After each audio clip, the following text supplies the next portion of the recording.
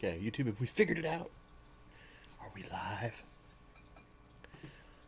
Hi, folks. Might take a second to catch up, but I'm pretty confident we're live at this point. I hope everybody's having a really good Saturday morning. I'm, you know, waking up. I went to what I consider bed a reasonable hour last night of like 1:30 in the morning. So, yeah, I'm still kind of waking up, but no, that's life, right? So, hope everyone's doing good. I'm gonna babble about something for a few minutes, just a couple updates, and then we'll get into like all the questions and stuff. Okay, let people get into chat, all kind of stuff, right? So first off, thanks for all of you who are here. Really appreciate you guys showing up earlier than me in some cases, which is fantastic. But so let me go over a couple things project wise, and then we'll kick into the Q&A. Okay. So for the testing lab, for those of you who might have missed like last month's live stream, I explained that I'd had a plumbing issue. Let's call it a disaster in my house, which took a whole ton of money out of my pocket. And this is not some like give me money thing. It's basically delaying my funds because my like fun money for playing with aquariums went into fixing the mixer valve in my shower and getting a bunch of drywall replaced and carpet and all the stuff when an upstairs bathroom has a water leak, right? So it's all repaired. That's the good news. My insurance covered a good part of it. I didn't like have to pay for everything out of pocket. That would have been like I think $9,000 was the total. So it wasn't that much. I'd have been crippled if that had been the case. But it's still, I think, between the plumbing and my deductible, I think it still cost me like almost $3,000. So it was like. So that being said, like my ability to set up some of the things in the testing lab and buy some of the supplies is delayed, but I'm working on it. My goal was originally to have it started by the end of this month, which obviously has not occurred. So at this point, it's probably one of those things where I want to. I think reasonably speaking is going to be something like December, probably. But there's some really good news there that this is a very small plug. It'd be like the only plug I think that will come for this. If you're a Patreon member, you know the really good news, and they're the only ones that get the spoiler. You'll all know when the video comes out, but they get the little spoiler ahead of time. So with that being said, it's nothing too crazy, but it is really cool as far as I'm concerned. So there's that. Had to fix my bathroom, so we'll get the testing lab going. Like I had the lights, that's the hardest part. But then almost immediately we're sitting there going, like every ounce of available credit I had just went into fixing my stupid house. Second, I think this one is like more of a, how do I put this, like pride thing, because as you guys know, like I use just kind of a terrible gaming webcam for doing live streams. I am hoping that also in December, that just because that's how like pay cycles and paying bills and all that stuff happens for me, I should be able to replace that and actually be using the same camera I use for filming everything to do live streams. It just requires a couple pieces of hardware, like a capture card and a couple other things to set it up correctly with my desk setup. But I'm hoping that come like the December live stream, maybe the January live stream, it depends on how things fall, that this kind of not so grand image will disappear and we'll have like really, really nice out of the camera stream quality going, as well as good audio and all that kind of stuff. Like I do use a decent mic, so that's the nice part about streams. But yeah, my webcam is 8 years old or something like that. I mean, it's a nice one, but it was nice 8 years ago, so it's not so grand nowadays. But rather than buying like a new webcam or something like that, I can just buy this for like the same amount of money and be using a significantly more powerful camera. So we'll be looking at that. Do the last kind of, I guess, would say upgrade to how I film things. And then that's about it. Then we should have testing lab roughly the same time. I got to convince cousin Henry to go with me to a Petco so I can pick up 40-gallon breeders. Because I don't know if you know this, but they do not fit in the back of a sports car, which is what I drive. Where he's got a truck, and they will fit in that. Yeah. So Sharpies, I actually have a C920, but I have the very first version of it. So there's been some upgrades to the C920, and so like I think mine does 720p. It has it's like a base 720p, but it upsamples to 1080. So it's not truly 1080. Where like my camera can do 4K and not even blink. So I mean, I won't do 4K off of it. I'll just do 1080 because it's a little easier on streaming. But it just like for the same price it would cost to upgrade this thing and get some other stuff that would require it to make like a webcam really good, I can just use my camera and get a phenomenally better image. It just requires some shenanigans with my PC setup, which that's easy. I do PC nonsense all day for a living, so that's not the hard part. It's just it's the bathroom basically, which has ruined every plan I ever had. But that's part of being a homeowner, right? Like something goes wrong in your house and you're like, yeah, remember all that fun stuff I wanted to do? Not anymore. Yeah, so yours is newer. Like I have the very first version of the C920, and it's you can tell the difference in them if you look at them from like how they've just kind of kept the same naming. But anyway, that's, you guys don't care about that. Let's talk fish, right? So there's all that stuff. So we'll go kind of the starts. If you guys have questions, feel free to ask them in chat. My only request is that if you do at Bentley Pascoe, just like Sharpies, Models, and Aquatics did there, that'll make it really easy for me to see because it highlights it, pops it out, makes it a lot easier for me to track down questions because you guys know I'm long-winded. I'm going to answer a question that probably only takes a single sentence with like 6 paragraphs and a minor dissertation.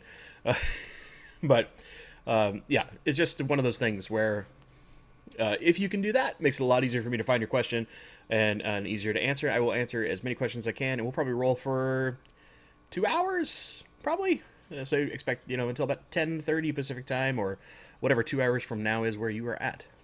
So that being said, one of the first questions I'm going to take is from the community tab. So for those people, this is not really a question. It's kind of a joke, but I wanted to talk about it just because it made me think about some stuff I've thought about for a long time now, which is this. Bam! From the Fishy Life.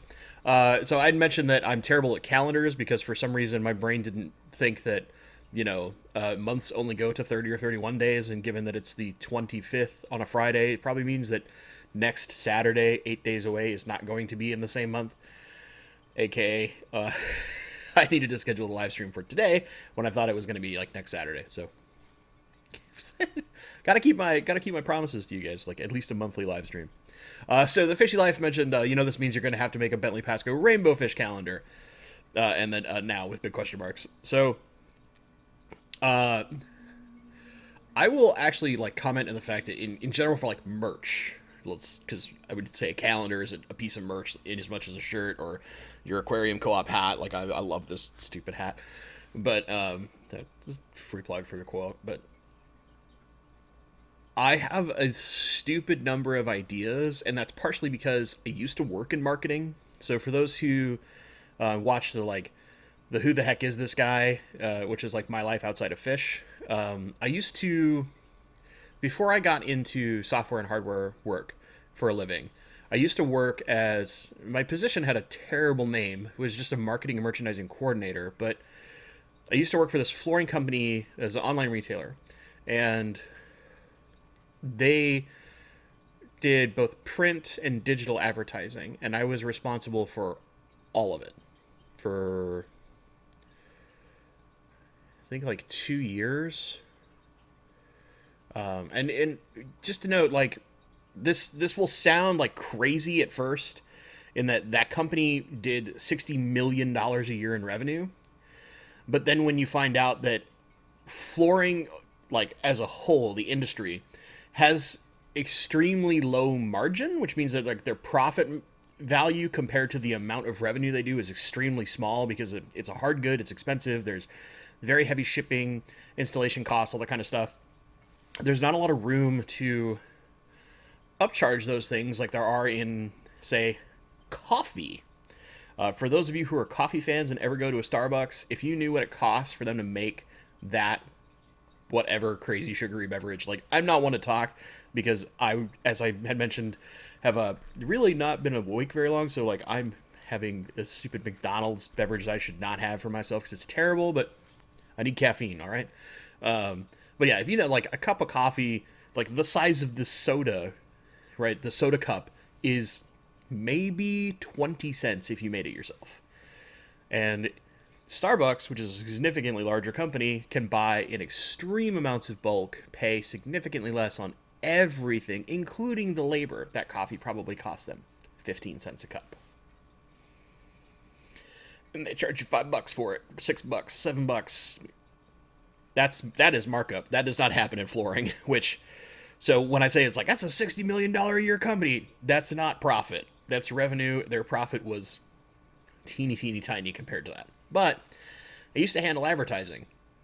So I worked with a team of digital artists that were in the Philippines, because we had a co-location that did like our overnights for call centers and stuff out there. And then I worked with another advertising company down in Atlanta, Georgia, who did all of our print media, so like for newspaper inserts and stuff like that. So working with like digital art, and I am not an artist. I want to be very clear. I can't draw anything. I leave that to people like Joel, Priscilla, Pam, all these people who are really good artists. But what I'm really good at is working with artists and creating very good pieces of media. That's what I'm good at. So for an example, any of those like really cool, the really cool thumbnails that you get for my videos, that is all my girlfriend. She's very artistic. She's phenomenal. We'll take pictures and she can do some stuff in software and do some overlays. And this is all on her phone, mind you. It's not even like a full PC, which eventually I want to do for her. I want to get her like a really sweet PC so she can do this stuff way cooler. But what I will do is I will give her concepts. She'll give me an initial, and it's just like when I was working in advertising. Like I'll give my artist, like, here's a concept, here's a theme, go, and give me like one or two, maybe even three examples. You know, typically I want 2 to 3 if I'm doing this professionally. Come back to me and I'm going to give you feedback, and then we're going to tweak it and get it where we want it. So like the last Fluval video, right, where I did the update and there's like the 3 color arcs and stuff like that, I sent her a really terrible MS Paint to show her an idea in my head, and then just said, go. And came back with the first one. We did a small tweak to it, got it fixed, and that became the thumbnail. Like, that is very similar to the process that I used to work with professionally doing marketing and advertising. So as far as merch is concerned, there's tons of stuff in this dumb noodle. Tons of stuff. But I also don't feel that, like, at almost 5,000 subscribers, it warrants doing merch properly. Because, like, I know Joel has talked about this, which shout out to Corvus, and he's in chat. Hey, buddy. Teespring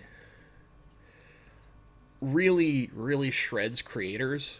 Like, it's cool to get merch from Teespring. Like, I have an example. I have Joel's shirt where he's got, like, the Psycho Professor painting that he did, which I love that painting. I bought that because I love that piece of art.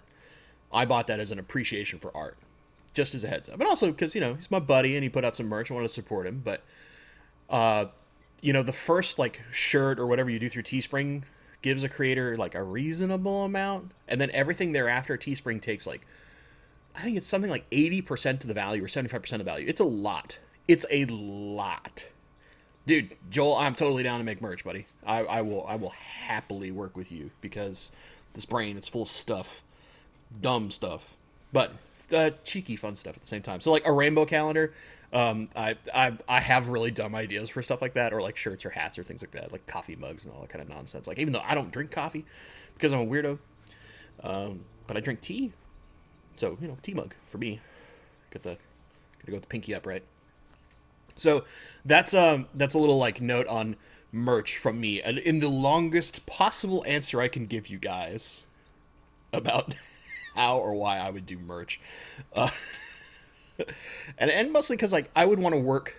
Who I actually want to. I'm thinking about talking to is AJ Myers over at Fish Cauldron, because they've kind of started doing stuff. It's a little higher quality than what you get out of a Teespring, and it would also be supporting like a company within the United States that's small business, and that kind of like interests me. Those kind of levels of things. That's more what I care. Or like, if you ever got to the point of where you could print your own, so that I could choose what type of shirt it was, who the printer is. One of those things where like I can pick the businesses I'm working with. One thing I don't think I ever mentioned in my like who am I, which I kind of have to do an updated version of that. When I was in my senior year of high school, I used to work in a print shop doing like silk screening shirts and making business cards and all that kind of stuff. I was a graphic artist, and I mentioned that I'm not good at art. All I basically did was manage the shop, and for some of the simple like business card layout stuff where it doesn't require really ornate graphic work or anything like that, I did that because I was very fast, because I was the most computer savvy person. But I basically ran this print shop in my senior year of high school, and it was attached to a high school, but it ran as a full functioning business, which is probably the cool part about it. And t-shirts was a thing that we made a lot of, like tons. So like several different high schools all ordered their shirts through this particular high school, because it was a school program. It was run by students, and also like they knew everything was done at a really high quality standard for how cheap it was, because it's a school program. And part of the benefit of that is that although we were the printers, which, it's a high school program, there was only so much they could do. It's not like a true professional shop. We got to pick where we got our shirts from. And like, I can remember going up to Sanmar, which is for those who've ever made shirts, you know who Sanmar is. They make, your generic t-shirts for printing and all that stuff. Driving up to Sanmar and like going through and picking products and like feeling cloth in your hands to make sure that like this is the quality shirt you want for what you're doing for like the high school football team or the homecoming dance or whatever you want. There's something to that, like that experience of making sure that you're guaranteeing something quality goes out to your customer, your end customer, that really matters to me. It's part of what I love about working in software test, is that my job is basically to break things and advocate why it's a bad experience for the customer and why my devs have to stop being lazy and fix it. That's my job. And I love that part of my job, because it lets me advocate for people who are paying money for any given product or any given experience. Weird little insight into how I work. So again, if you guys have any questions, just remember at Bentley Pascoe, and then shoot your question. It makes it really easy for me to find. We can talk all the fish we want to talk for the next nearly 2 hours. And yes, Alyssa, I know that Starbucks foams up your stuff all nice and cool with its expensive technology, but trust me, in the end, that cup of coffee is way cheaper if you make it yourself. Hi from the UK. Well, hi. I can English, I promise. Hi, Eileen. Wow. Okay, maybe we shouldn't have been up till 1:30 in the morning and calling that our reasonable hour to go to sleep. So, again, if you guys have questions, shoot them in the chat. I'll answer as many as I can. Or if there's just a topic you want me to talk about, that's one of the other ones that's coming up. I'll do one more off of the community tab, and then hopefully you guys will have something you want me to chat about. Other than Joel and I talking about maybe merge, which let's not do that for a live stream. That doesn't sound fun for a live stream. So from Bane Aquatics, any advice or tips for breeding Apistogramma? Oh man, Betaniata? I'm pretty sure that's how it should be, or it's either it's Betaniata or Betaniata, Te or Ten, one of the two. So Apistos in general all kind of go with the same stuff, which is one, give them a good cave to spawn in. I have noticed like one of the best things for whether it's Apistos or it's any of the crib varieties, a cribensis, so that's any of the Pelvicochromis species, try feeding lots of microfoods. So baby brine shrimp is phenomenal if you're hatching that. You can get, Fritz now has like a squirt bottle decapsulated brine you can feed, which is something I kind of want to try out. Trying to remember who was doing it that I saw. recently. Um, one of the people. Oh, I think it was like man, my brain. Mike from Aquapros. There we go. Had let the brain work. That I'm sure you guys smelt the smoke as it was trying to figure out what's going on. But that's a product I actually kind of want to try, only because I would be curious if it is suitable for baby rainbows. So for those who don't want to hatch baby brine shrimp, which there's going to be a difference in the gut load and the nutritional value is not quite as good, blah, blah, blah, blah, blah.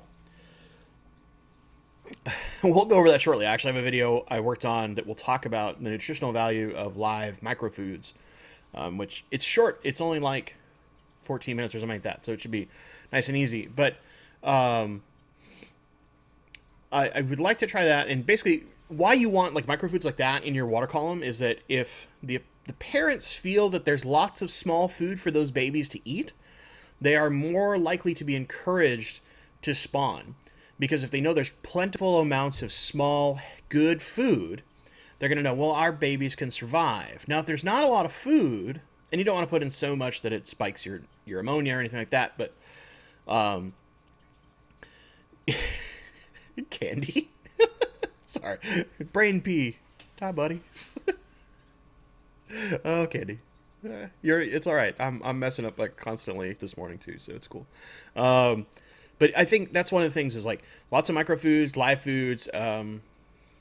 It doesn't necessarily have to be live, but trust me, live food is the best way to get fish conditioned for breeding. Even fish like autosynclus, if you give them live baby brine, they're more likely to breed than they are just off of your generic flake or whatever. The second thing is I would look at adding more tannins to your tank. So if you're only putting in like, if you want that crystal clear water, but you want them to breed, they come from much darker water naturally, much more like particulates in the water column and lots of humic substances and decaying matter and stuff like that.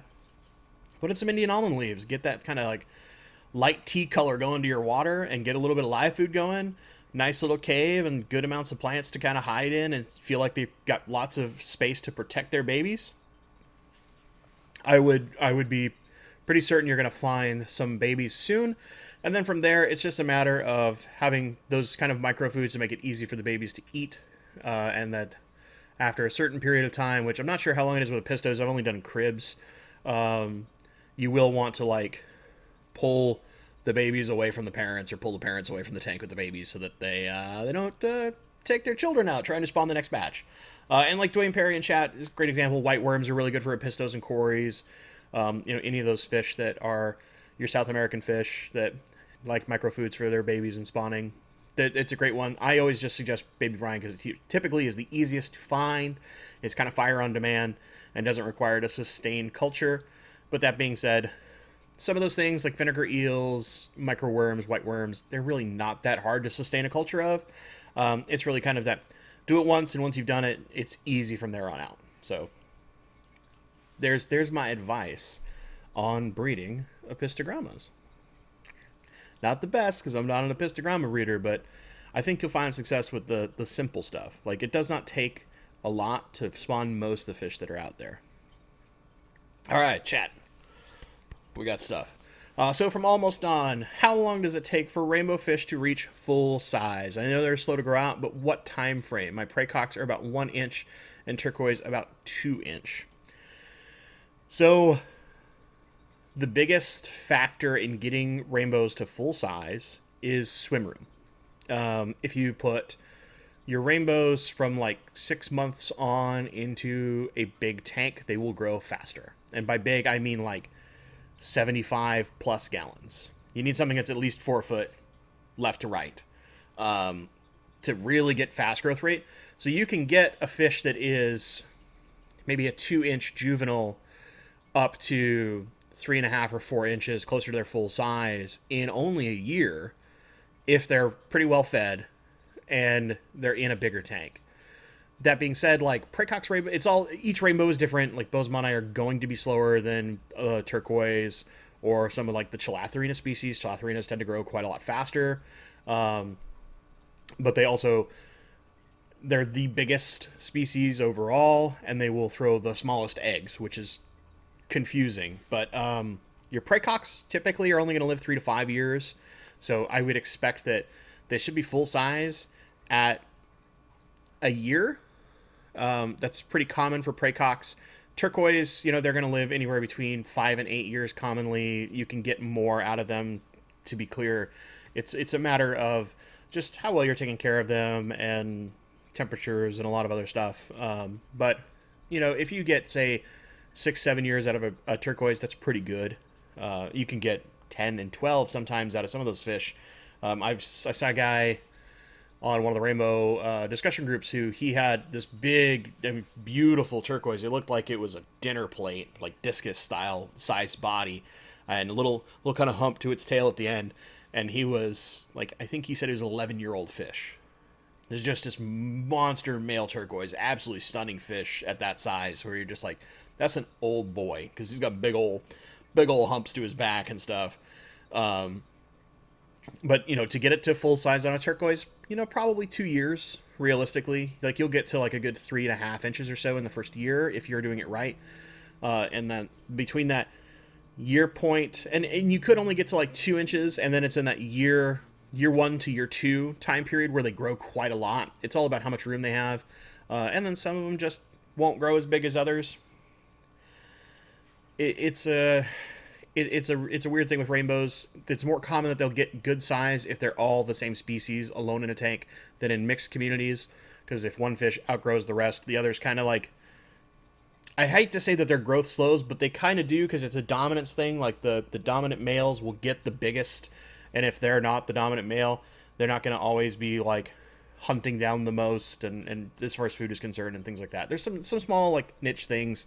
Not to say that they're predatory to each other, because they're not, but there's little things about how rainbows work in their dominance strata and things like that can cause some boys to be smaller than others, and yet they'll all look phenomenal. So don't stress so much about like getting to full size, because rainbows will breed at like 6 months. They don't have to be full adult size to breed. So I hope that one helps. Sharpies, models, and aquatics. I'm sorry, Nathan actually has a question, but you forgot the tag to make it easy for me. How would I stock a 12-gallon long? There's part of me that wants to say I wouldn't, because I actually don't like the 12-gallon long. There's parts of the way that tank is designed. It's just so like thin, from front to back, and not very tall. So it limits me a ton. But were I to do it, I think the best 12-gallon long I have seen had just a ton of Busa Anubias. It was done by a local club member here. Like this a little bit of lava rock to give it some substance, lots of Busa Anubias, and then just shrimp. Tons and tons of shrimp. And his was like a mixed shrimp tank. I would try to do it as crystal shrimp, just because it's a big enough water system that you can probably combine it, and if you're using the right, substrate to buffer and the right chemical compound, so whether that's salty shrimp or Brightwell or whichever of those GH increasers without increasing the KH that you want to look at, so whatever kind of crystal shrimp oriented mineral supplement you want to use, because if you're in hard water, you're probably using RO for shrimp and all that. If you're in soft water like me, you just add a mineralizer because there's nothing in your water and you're lucky. But that's how I do a 12-gallon long. I don't really like those tanks because I think they take up too much room for what I'm getting. I'd rather have like a 20 long at that point, or go something crazier like a 40 long or something along those lines. A 33 longs. There's a guy here, and yet not here, other side of the state where my mom lives, out in Wenatchee, Washington, selling 33-gallon longs with lids, and I think they're all drilled for $5 a piece. Because he bought out a former fish store, and I'm going over there. I don't know that I'm going to be able to make it this winter, just because we're starting to get into bad weather, and my car does not want to go over 2 mountain passes in this kind of weather. But so he owns Washington Fish Rescue, so it's a kind of small startup fish rescue over on the eastern side of the state that I've gotten to talk with him. He's a really nice dude. Him and his wife really love fish. They bought out a fish store that had like a ton of 33 longs in use, and it's just like more tanks than he can store, so he's just wholesaling them dirt cheap to people. And if I had a vehicle that would carry enough 33-gallon longs at that price, I would seriously consider it. But If you want to go to Eastern Washington and buy 33-gallon longs for $5 a piece, there's your chance. They're on Facebook. Just letting you know. All right, so Sharpies, models, and aquatics. We'll do your question. Would I consider the lights in a Fluval Flex medium or low? I'm considering a CO2 system and whether or not the lighting is good enough to warrant it. So I've done CO2 in a Fluval Flex. This Fluval Flex behind me, actually. And I did it with, like, Pokestamon Octopus, which was a really bad idea because I was literally trimming it every week. Now, granted, it was only like a few stems here and there, but all the Pokestamon Octopus I had came from a single pot worth that I'd bought at the co-op and started farming in this tank initially, and then at one point it was in like 6 different tanks, and then I cut it all back, and I think right now I actually have no tanks with Pokestamon Octopus, but I could just go to Joel's place and I know he'll give me some because he cuts it off like 3-foot lengths every other day. But it's like yes, you can run it. I would not consider it much more than the low scale of medium light. So I wouldn't try to do any like real true high tech plants in this, but you could try to do things like any of the crypts. Like, I mean, this tank is just crypts and a melon sword, and it looks great to the naked eye. I know it looks bad right now because the glass isn't cleaned, but it's simple, it's pretty, it's really good for like your stuff that likes long exposure but doesn't need really intense light. So crypts and some of the small swords. Like what I think would be cool in this, if you were to do CO2, is using Echinodorus Aflame, so the Purple Knight sword, and then a bunch of crypts as your kind of color sets. And you could even probably get away with not Albedo Red, but you could probably get away with like Pink Flamingo or Pink Panther, depending on who you buy it from. Crypts inside this tank with a little bit of CO2, because I think that light is enough to push that. Plus you can add extra color to it. It's for a kit type light. It's actually pretty good. It's just not phenomenal. So hopefully that answers what you can and can't do with this thing. I've tried a bunch of different stuff, and in the end, going like low tech is just what I like doing because it lets the crypts look really nice, and I don't really have to pay attention to it that often. But if you want to like bump that up a little bit, that would be the route I would go. Goose, not Maverick. Well, you're not going to come out in the new film, buddy. Sorry. When it comes to rainbows, single species or multiple variants in a single tank. My opinion. I keep both. So I like communities of rainbows where it's like a couple of this and a couple of that and 3 of those and 1 of that and 4 of those. They do fine like that, don't get me wrong, but I think if you want the best behavior out of rainbows, you go for a single species tank. And so far you guys have voted on the highest of the current poll is my dream tank as a video that you guys want to see out of me first of all the stuff that I have on my list to get done. And I will tell you this, if it's not a surprise, yeah, my dream tank is a rainbow tank, but it will only have 2 species. Just 2. So, and I'll talk about that more in depth because that is, at this rate, that thing's running away with the wind there, so it'll probably get shot right after this live stream. And then I'll have to do a bunch of edit work to it. But so it's kind of a matter of, do you want something that's really colorful and pops to the eyes to like anybody that comes over to the house, to a community? Do you want something that's a little more true to how they act in nature? 1 species. You'll just the schooling behavior is so much different when you have 30 to 40 of a single species of rainbow than it is when you have 30 rainbows, but it's 6 or 7 different species or 10 different species or whatever, right? And especially if you have a good female-male ratio. If you have something like 1 male for every 2 females, you are going to see significantly different behavior in a single species tank than you ever would in a mixed community. You'll still see some of that like in little hints here and there in the mixed communities, but it's so different watching. Like I've watched 100 of the same species of rainbow in a large tank before, and it's just super cool because the way they act is so different. Now, granted, they were all babies. They were like 1.5 inches to 2 inches apiece. But, for that size, they're all in a 75. That's a big tank for those fish. And watching them, the way they move and the way they interact, the way they do things is so much different than they would if it was a mixed species. And at that size, they're breeding too. So you're getting all the same behavior you would out of like full-size adults. It's just the water system is bigger at that size for how big the fish is.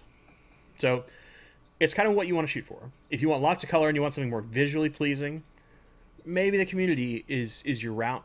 If you want to see like more wild behavior out of your rainbows and more what they would be like if you went to one of the lakes out in Papua or something like that, single species. Okay. Lumpy Dog, that is a strong question. All right. Electric blue acara in a koi swordtail 55-gallon planted tank. Yes or no? Looking for a centerpiece fish that can do fry control and not look dull compared to the swords. Ooh, I mean, it's going to do fry control, and it might do adult control too. That's the worry. Some blue acaras will be more peaceful than others, but in the end, when they get full size, if it fits in their mouth, that's food. It is a cichlid. They do get kind of aggressive. I would actually look closer to... Trying to think, because swordtail fry are a little chunky compared to, say, like a... an Endler or something like that. I don't know. I'd almost be tempted to look at like a... I gotta think for a second. I need to think hard because you kind of want slightly harder water species. So like Crebensis could in theory do it, although you probably want something larger than a crib to do fry control.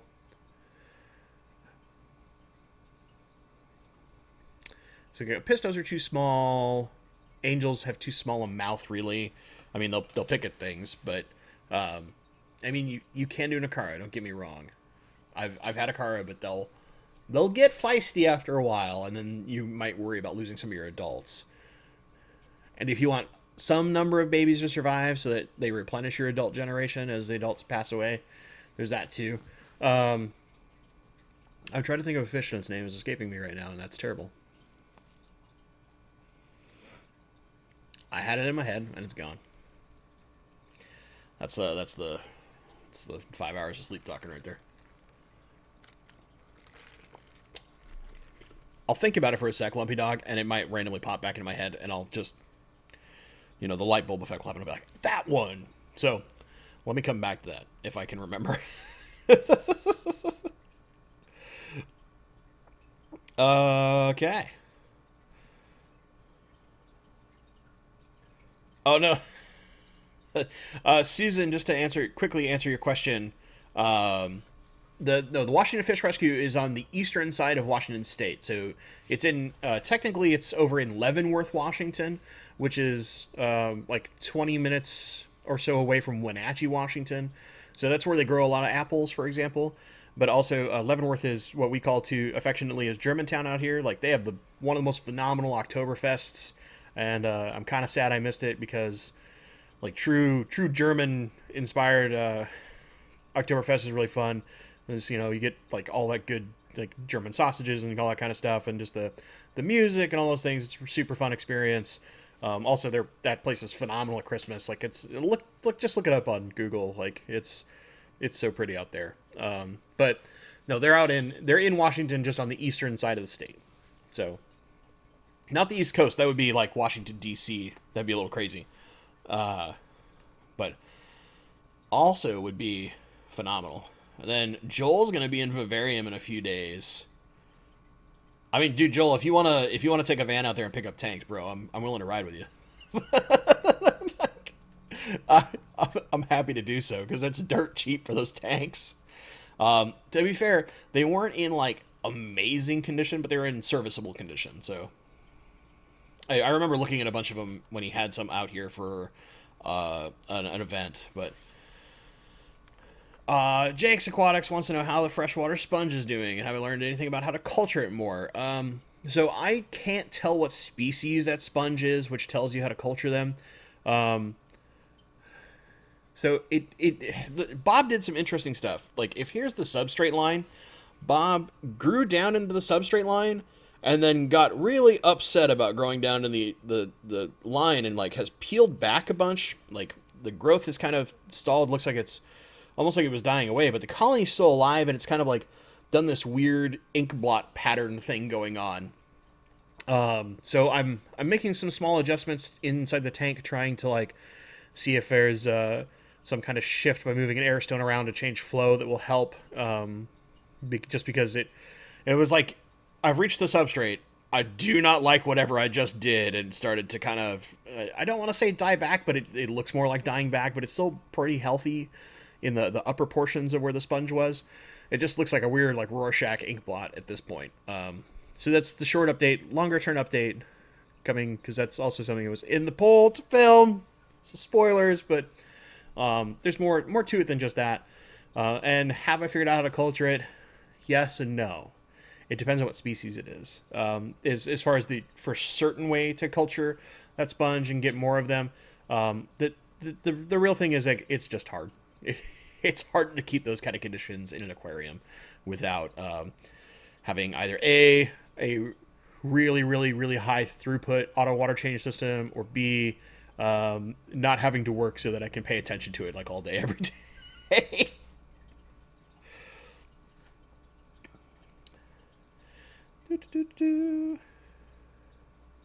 Oh, another thing for the Episto question, Dwayne Perry, like, just slamming great information here. Like, I'm not a big Episto breeder, just as a heads up. I've tried and failed miserably twice, and I learned my lesson and just kept the rainbows. But so he's saying, in his experience, having a common enemy like a peacock gudgeon makes the Episto parents act together as a team better and not eat the fry. So they spend more time protecting the fry, protecting their territory. That's a really, really good little tip there. I used with my Carbensis, I kept ditherfish, but I kept larger ditherfish, so like scissortail rasboras, and that caused them to. Mom was a mean mama. She was very brutal. I had to take some fish out because she was picking on them so hard, and like a torpedo, like headbutting stuff. It was kind of crazy to watch when she'd do it, because it was just behavior I hadn't seen in a fish that tiny and that angry. But she was an angry little lady. Okay, so we're gonna wait. Whoa! Oh, hold on. Got 100 cribs in a 5-gallon. Man, you're a crazy person. I had a lot of cribs in a 40 breeder at one point, and I sold a bunch of them locally to every fish store that would take some, and then gave some away, and then eventually they couldn't move fast enough, and some Thunderdome started happening, and that's when I had to like separate them, but not let pairs be together so that I had more spawning, and sold the last of them, and then sold my adults, and I called it a day. So thinking to convert the bamboo shrimp to rainbows or the 240. I mean, obviously the 240, man. You don't like the bamboo? I think the bamboo shrimp are cool, but that's me. I like that tank. And I think part of why I like that tank so much is because you don't show it very often. So when I get to come over, it's like cheating, right? Because I get to see what doesn't get shown that often. I know it's because it's not like it's one of those things that it takes a more subtle appreciation for the filter feeders that just kind of sit there and do this in the water column all day, as opposed to like flashy fish that are swimming all over the place and lots of plants and stuff. But 240, just because of the room. The room lets you do so much more. And were I to pick a species, dare to dream, I would not do one of the dwarf species. I would go with something slightly bigger, like whether that is a Bozemanii or something a little more exotic. I mean, I would definitely go more exotic if you can, and we could probably talk about that on a road trip to Wenatchee. Well, Leavenworth specifically, but you gonna see my mom in Wenatchee while I'm at it. She actually, for you, just because you're a carpenter, you dig her house. She has a house that was built in 1912. And it's got the original flooring in it still on the main level. It's pretty crazy. Alrighty. Let's see here. I'm gonna look for the next question. DK Lord Byron. Hi, good evening from Denmark. Do you have any Erythria? I am so bad at saying this one. Erythrina. There we go. Horneri. Threadfin rainbows. I actually keep none of the bluefins or pseudomcgills, any of those. I don't keep any of the small rainbows. And part of that is just because I don't have room.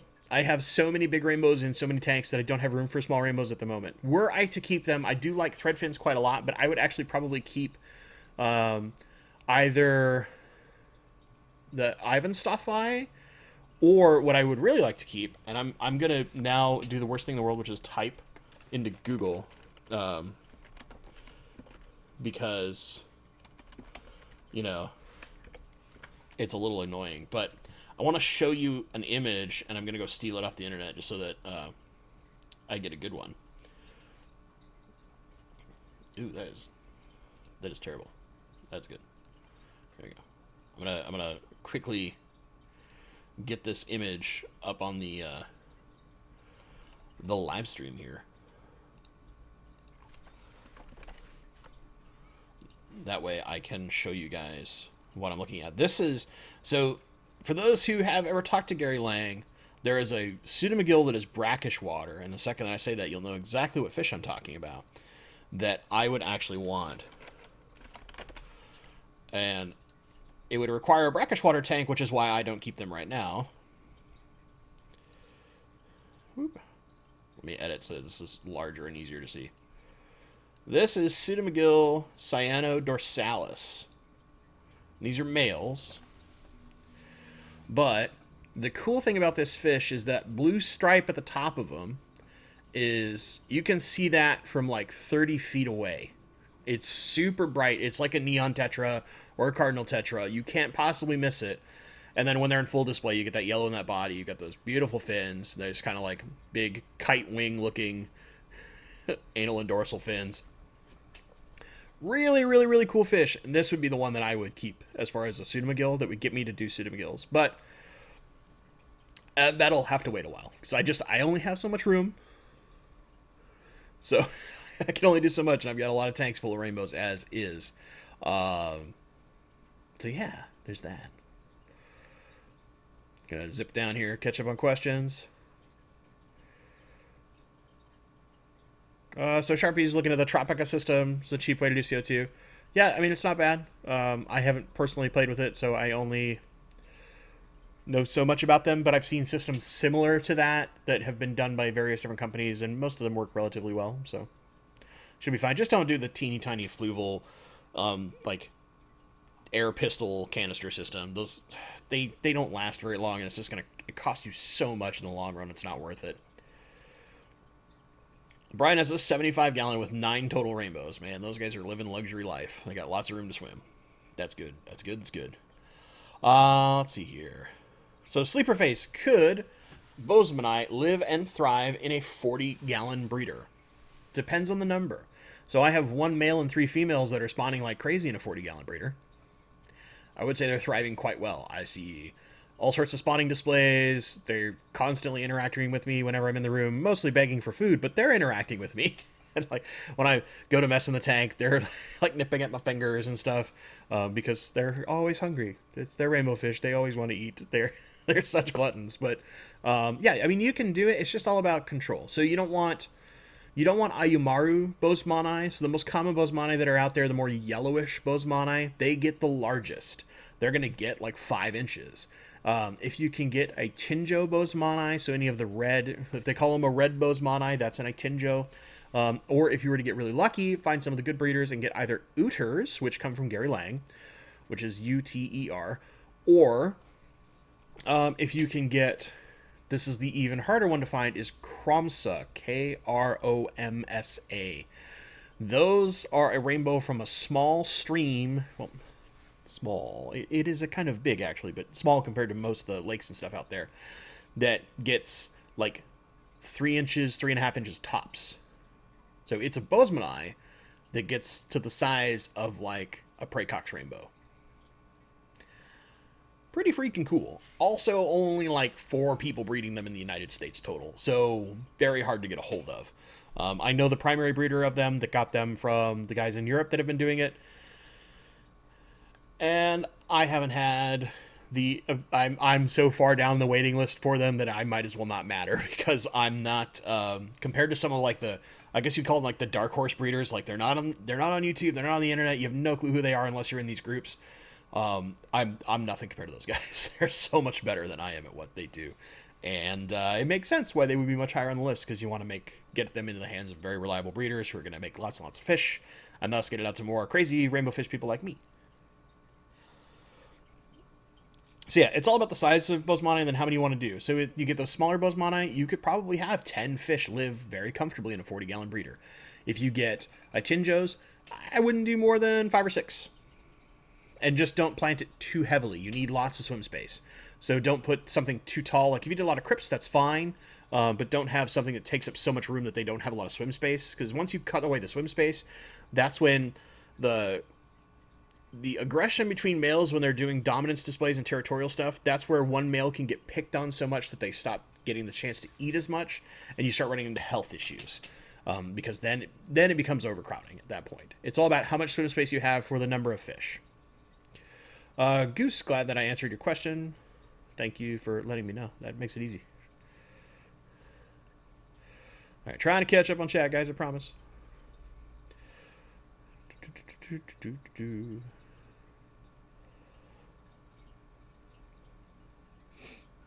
Ooh.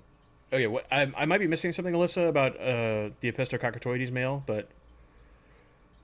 Oh, you're talking about using a male as fry control. Yeah, so there's a great example. Apistococcotoides lumpy dog, a big male, they get pretty large. They'll fry control all day long.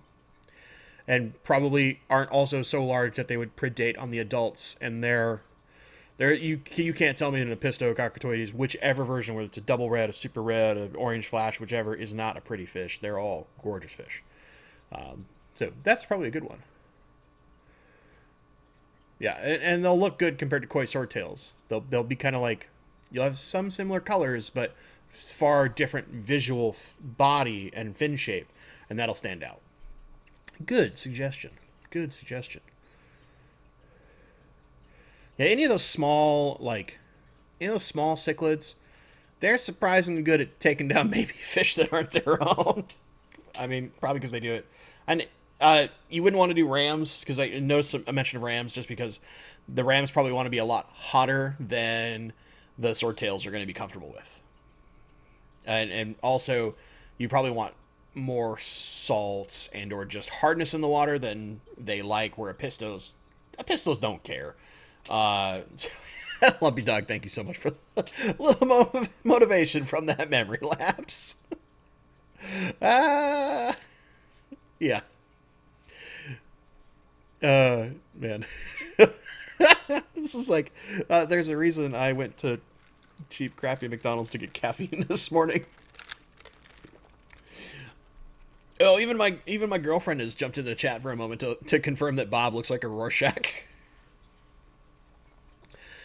Yeah, sorry, Susan. Sadly, we don't have anything awesome and really great deals on the East Coast. I've heard this a lot, that like it is significantly more expensive to buy tanks on the East Coast compared to like the West Coast. I constantly see things at like 50 cents a gallon and cheaper.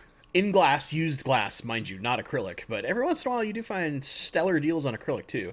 But yeah, it's man, I feel bad for that, because you'd think that because Petcos are everywhere, that dollar per gallon sales are so prevalent and common, that just a used tank at 50 cents a gallon would be common, but apparently not so much. And I've talked to a buddy of mine who he does monster fish, stingrays primarily, and also some other stuff. Like he's had, big silver arowanas and stuff like that. All the stuff you can legally have. He laments that he can't have Asian arowanas because he loves them, but CITES regulations and all that stuff.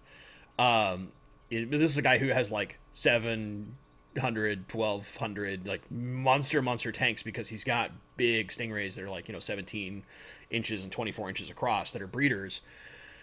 And he's even complained that like even glass tanks out where he's at are atrociously expensive, not to mention buying acrylic. So like he's thrilled when he can get a monster acrylic tank and it only costs him like $6,000 or something like that. It's like, well, just build one for that price. Good Lord. Or at least out here, because some of the builders out here are very reasonably costed compared to the quality you get compared to a pre-manufactured tank. You called your mama crib Pam.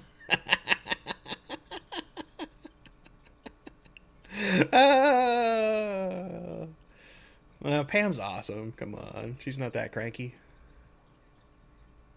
What's the Google? Is it part of Skynet? It basically is Skynet. Mike Stomba, hey man, you're in the same rainbow fish groups that I like to chatter in. Do I have Radnocentris? I was lucky enough to get some of Gary Lang. So I don't know if Gary has I know he has the Ceres Creek rads. I think he has another creek too that he's been working on a little more recently that he got from might have been one of the European guys, like either through Johannes, but one of the guys out there who's a big normally Pseudomagil guy who I think has rads, but it might be a little off. I don't know. I can't remember exactly where they came from, but I don't have them, and that's because a different club member has hundreds of them. Like, breeds them like crazy, has actually struggled to get rid of them at times. So, like, I will suggest them to go to other people because he's got his rads that don't need live food at all. He's got them on flake, so it's a lot easier for people here locally. So I'll let them go to other people because I've been working on other fish. Eventually, I would like to have rads because they're just such a cool fish, and they're small, they're tiny. You can put them in much smaller tanks than a lot of other fish in the rainbow fish categories than you can. Like places where you can't put a bozeman eye, you could put those, and you could even put those in tanks where you might not even want to necessarily put a big group of praycocks because they're that thinner kind of torpedo body, so they don't really get that big, and they cap out at like 2.5 inches. I mean, they're a small fish, and yet super colorful.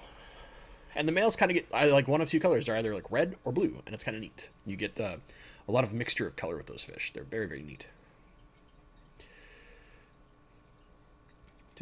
Trying to catch them on chat. Just a sec here. Ha! I've got to the bottom of chat. I did it. All right, so with that being said, we're going to do another question from the community tab.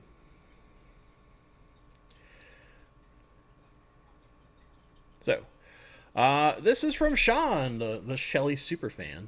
Oh, man. I forgot the name. Hold on. I got to look this up now. So my question in the stream is, if you're going to keep a second shell dweller species, which would it be? And now that I've been babbling, I had it in my head at the start of the stream specifically, and now it's gone. Just want to make sure I get the right name, because if I say the wrong one, I'm going to feel real dumb.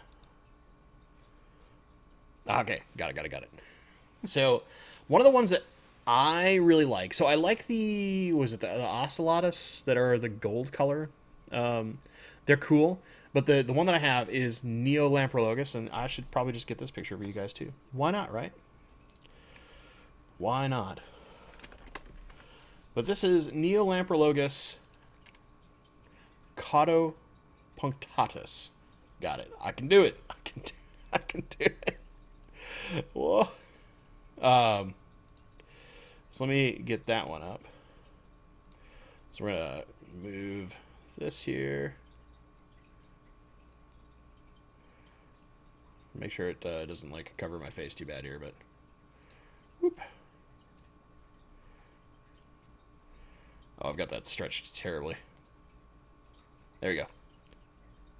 So this is it.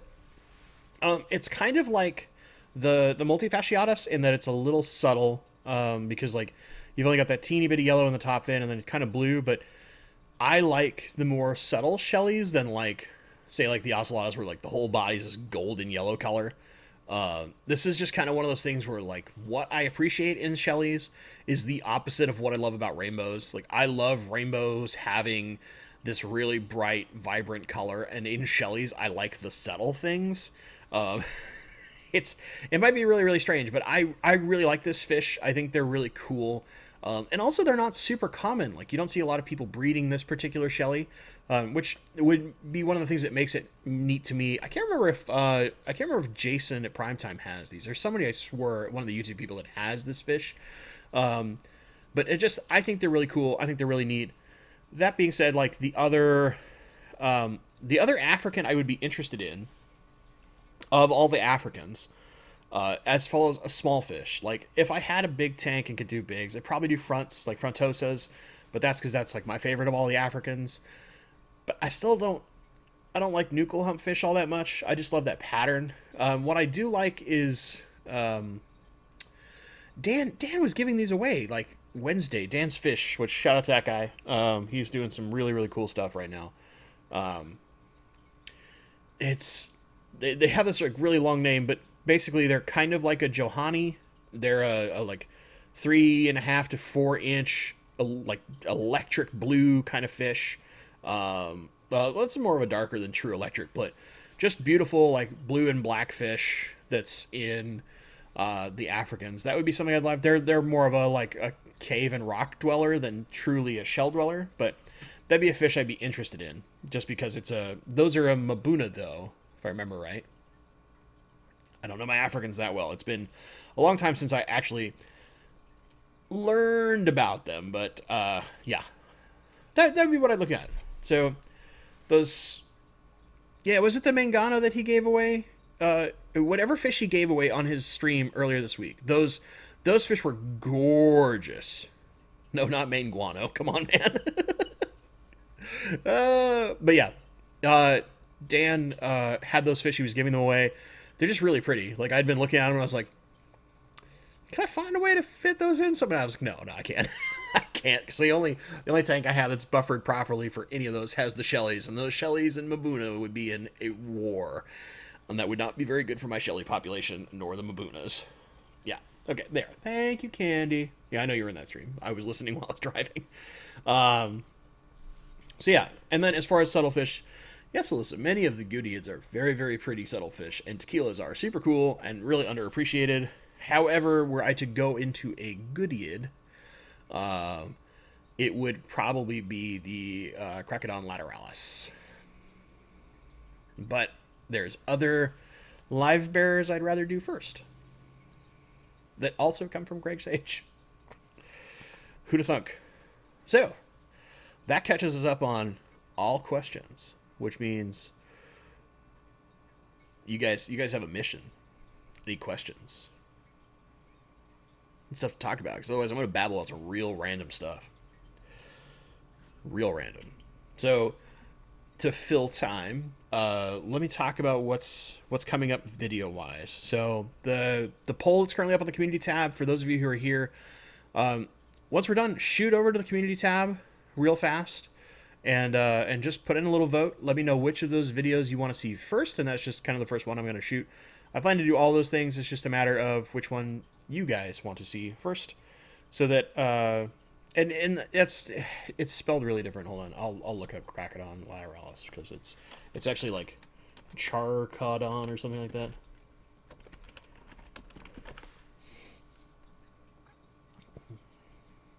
It's commonly called Crocodon lateralis, but that's not what it actually is probably supposed to be pronounced. That's how it's actually spelled. But yeah. That's the actual like Goodeiid that I quite like, and that's just because they're very cool. They're also called the Rainbow Goodeiid at times, so there's that too. It might be one of those things. Is it doable to send you a mop with eggs from the Netherlands? So eggs skirt around. If I remember correctly, eggs skirt around the licensing requirements for having fish come in from outside the country. But I'm not 100% sure. I think it is possible. Oh, hey, speak of Dan. Dan is here. Yeah, Dan has like one of the Africans that I really like. And that's, my aunt used to have those. It's part of the reason why I know that fish is my aunt, who did African cichlids, used to have those. Maybe she had like proper electric blue Johannies, but they look really similar to those fish, the Manganos. So super cool, super pretty fish. They're one of the ones that I liked watching a lot. But yeah, I think technically you can. I'd have to look at some of the regulations for doing that just to make sure that eggs skirt around the the requirements for like importing something from outside of the country. But yeah, I mean, I've had mops of fish eggs shipped to me from Gary Lang and from some other people in the rainbow community, but that was only inside the United States. I haven't done anything from outside the United States yet, so I'd have to look to be certain. My initial suspicion is I think it cheats around the rules, but they might have changed in the last couple of years. I'm not sure. Oh, look at all these sweet fish that we're suggesting here. Got all sorts of things. Seatoka Dodrii. Man, I'm gonna have to look that up. That sounds really familiar. I just can't picture it in my head. Okay, Pogamus, great question. I'm going to do that first, even though there's other ones that came before yours, just because I'm scrolling up and I see yours first. So from Pogamus Maximus, iron for crypts other than easy iron. Did you watch my crypt video? Grape leaves. And that's going to sound real weird. I know. You just buy a tin of grape leaves off of Amazon or from your grocery store if they have like a Mediterranean section that has grape leaves. Rinse them very thoroughly to get them out of the kind of salt solution that they're kept in typically, because you don't want that going into your tank really. And then you can literally kind of bundle the leaves up into like a pellet, almost like a root tab, and jam it into your substrate under the crypt. Grape leaves are very high in iron, and as they start decaying, they'll release that, much like a root tab would, along with some other various nutrients that are really, really good for crypts. That's a tip that most of the immersed, like hyper crazy rare crypt growers do, is they will put shreds of grape leaves into their substrate in their immersed rigs for those crypts to feed on, because crypts naturally like, regardless of color, lots of iron compared to other plants. Super tip. Super tip that a lot of people don't know, but some of the best crypt people in the world, that's one of the things that they do. And I only know that because I'm in a small group with some of those people that I cheated in through friends that know them far better than I do. And I was just asking questions for my club. I got put on a mission to try and find something like a little more unique and interesting for the club for plants as a part of our HAP program, to get to some of our bigger HAP people, which by default means it would probably go to me. But and I was talking to a lot of them, and it basically came out to like, oh yeah, we've got this crazy rare thing XYZ. Oh, they're $100 a plant that has 2 leaves, and it's like, oh, you want how much? Come on, man, we're a club. What are you doing to me here? It's like, oh yeah, well, this plant was only harvested once, and its natural habitat's been destroyed because it was only in this one ditch, and it's like, okay, we're not looking for that crazy. We're not that crazy. We just want something that's not so common, man. We want something a little spicy for the club members. Some of the, like, when you get really deep into like some of the plant people, I would argue they're almost like more crazy than the saltwater coral people. Just because you get some stuff where it's like, okay, so this was only collected once in 2009 in a small tide pool. Like, it's like some real nutty stuff where it's like, and now it's a palm tree farm. Like, the unfortunate truth of the world is like palm trees are destroying half the stuff that we love about fish. But yeah, you get some real crazy stuff in plants that like you might not normally think about, but man, it goes real deep into the well of like crazy town. Okay, so from Kenshin 1, is breeding forktail rainbows in the home aquarium a doable thing? Yeah. So here's the thing. Any of the cinnamogills in general all actually are pretty easy to spawn. The big thing is they don't throw a lot of eggs, and you'll have to pull your mops like daily, because they will go in and eat their own eggs, because rainbows are dumb. All of them are dumb. They have no parental instinct whatsoever. You can't breed the fish, have the eggs hatch, and have them raise up and get to adult size in the same tank as the parents, because the parents will kill them the second they're hatched, because it'll fit in their mouth and that looks like delicious food. Chomp, gone. But if you use spawning mops, you leave a spawning mop in for maybe a week, let it collect a bunch of eggs, move that spawning mop to a new tank, you can very easily start raising them. Now, the nice thing about forktails, and you'll have to excuse me, a little touch of a seasonal cold has been kicking in. With forktail rainbows and most of the cinnamogills, they actually throw a larger egg than the big rainbows do. So they throw a lot less eggs, but they're much larger. And those fry hatch out larger. And typically, they don't have to have the microfoods that the big rainbows need. They can start on baby brine immediately from hatching. But keep in mind that they don't have a yolk sac at all. So as soon as they hatch, you have to have food available for them, or you run a very high risk of them dying very quickly.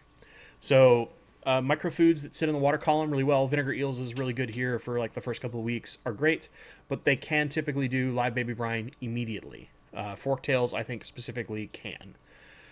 Yeah, so keep that in mind. There's a lot of people that have bred forktails. They're not that hard. They're actually probably my second favorite of the pseudomcgills is the forktail. I like the Cyanodorsalis the most, which is the one I showed earlier, but it requires brackish water, so I can't do as much with that as I could with, say, the furcata or forktail rainbow.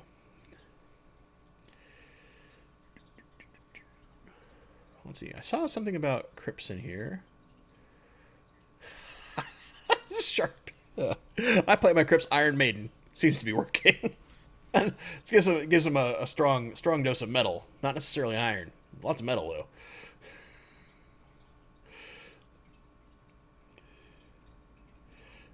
And yes, Jim, if you have your own grape leaves, you could just go rip them off the vine. Just wash them appropriately, please. Just most people aren't growing their own grapes and don't have grape vines. Not all of us are living that luxury life of a home vineyard, man.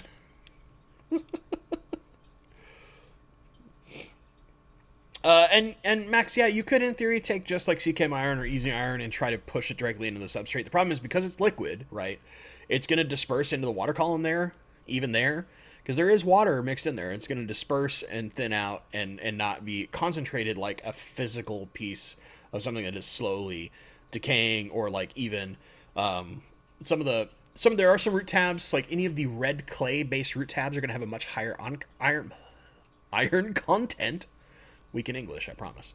Than say like the CChem root tab. Excuse me. So if you can find some of those, there's like I have a brand downstairs. I gotta remember it. I've tried them out. It's like Grow, G-R with not an umlaut, but the line over the O tabs. They're a red clay base. They have a much higher iron content. They're just naturally a little bit better for things like crypts. You can look for something like that too. EdStart. So saw a pretty crypt the other day. Spiral Tiger Red. Yeah, there's Red Tiger Spiralis or Tiger Spiralis or Red Spiralis. They call the same plant like 7 different names, I swear. But yes, very pretty. I have some of them. I love them quite a lot, but they take forever to propagate. They do not like propagating very quickly. Let's see.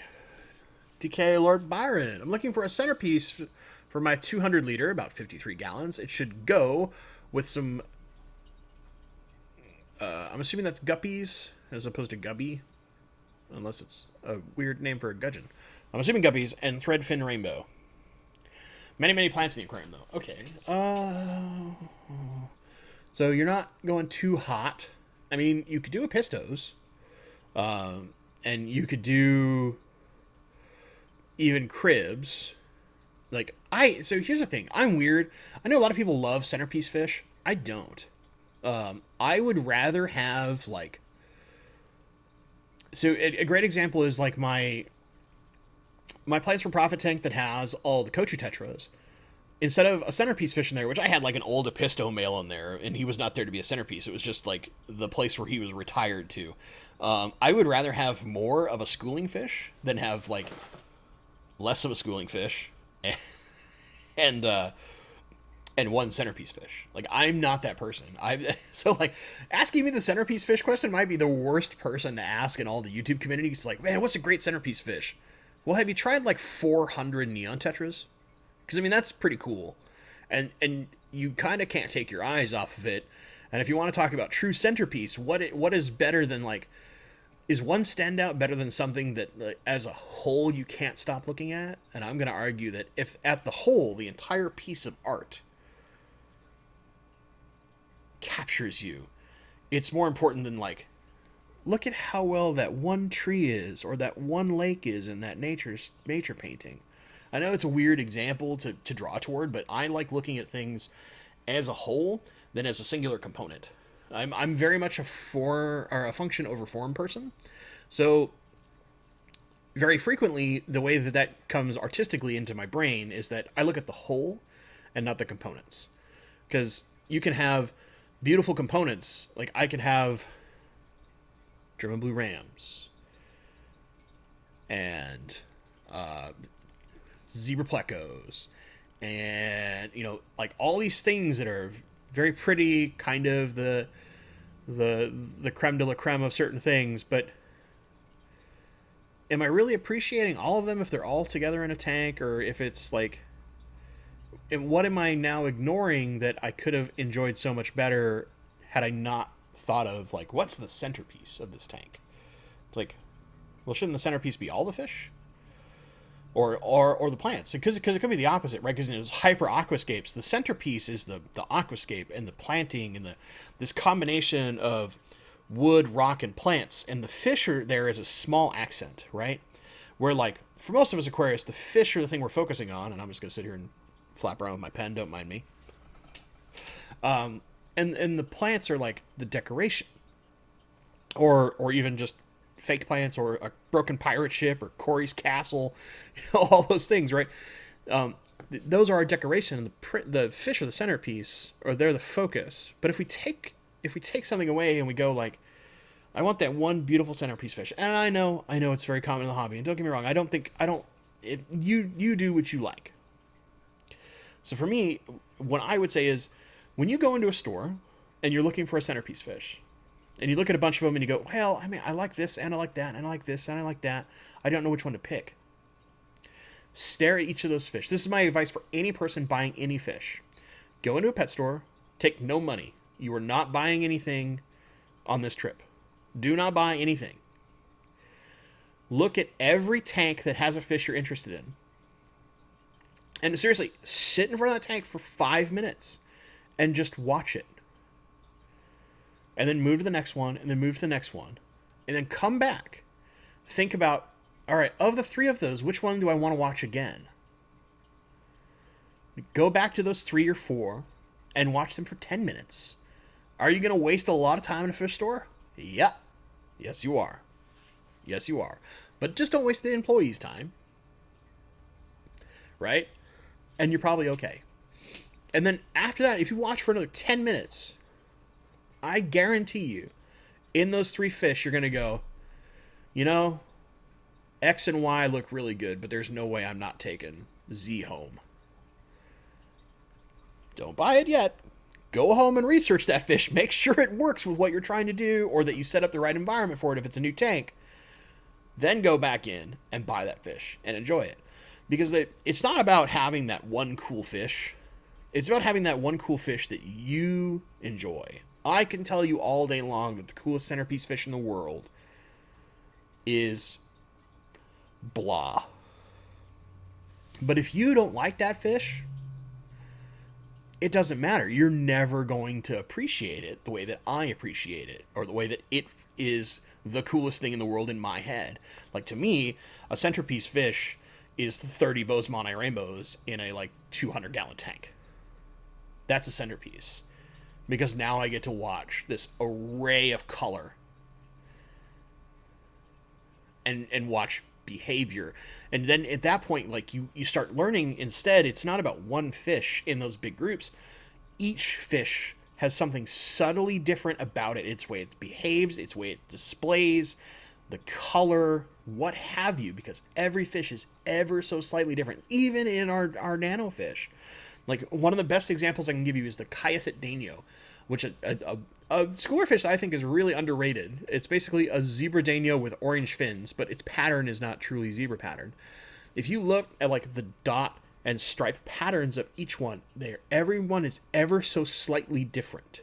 It's like a thumbprint or a fingerprint. Every fish's pattern is ever so slightly different, because it's basically the easiest way to think of it is crystalline formations that are inside the scales and how they reflect color. So nothing grows exactly the same. This is one of the most incredible, wonderful things about nature. So it's not about one centerpiece, to me. It's about how is each of these beautiful things in this tank unique in its own right. That's part of why I love rainbow fish so much, is because I can have 10 Bosemani males and every one of them is ever so slightly different. This one will have 3 stripes on one flank and 2 stripes on the other. This one doesn't have any stripes. This one has only 1 stripe on each side. It's so interesting. He's perfectly divided down the middle by 1 stripe. This guy has 1.5 stripes on this side and 2 stripes on the other, right? Every one of them is ever so slightly different. And it lets you look and know, like, oh, that's that guy, or that's that guy. Or like, there's the most dominant male. He's always the darkest color, or he's always got this, or there's that one guy that's always fighting with the dominant male. He's always got a scuff on his lip, right? There's these little things that to me are so much more important about like my enjoyment of the hobby, but you might not care about that. For you, you might be like, well, I just want to watch like an arowana like swim around, or I just want to watch a Jack Dempsey like chow down on little fish. Like, what is your jam might not be my jam. So that's why I always tell people, like, go into a store, look at all the fish you're considering, right? All the things in your head that are like, this is a good centerpiece fish if you want a centerpiece fish. If I haven't changed your mentality on centerpiece fish, look at each one for 5 minutes, then go back and pick the top 3 and look at them for 10 minutes apiece. And I guarantee by the time you're done with that, you will know which of those 3 you want to take home. Because it won't be about what a person out there is, whether it's the most experienced hobbyist in the world, a YouTuber, some guy on a TV show, whoever it is in our fish world, right? Their opinion doesn't matter if by the time you get it home and in like 2 weeks or a month, you kind of go, I wish I would have got this fish. That's what matters. Your opinion, how you enjoy your aquarium, matters so much more than how I think a fish is, right? It's so personal, this hobby. And it's one of the things that I think that we, as a whole, YouTubers, do not talk about enough. So now that I've ranted for like 10 minutes on this, I hope I answered your question by not answering your question. So there's my opinion, DK. I don't know if that's going to help you, but I don't know, man. Guppies and threadfins are pretty centerpiece to me. Like threadfins especially. I love threadfins. Are such a cool thing to watch as far as a fish. They're so pretty. So pretty. Okay, I gotta swath the chat. I gotta catch up on this. Would be me chatting way too long in my own little happy world.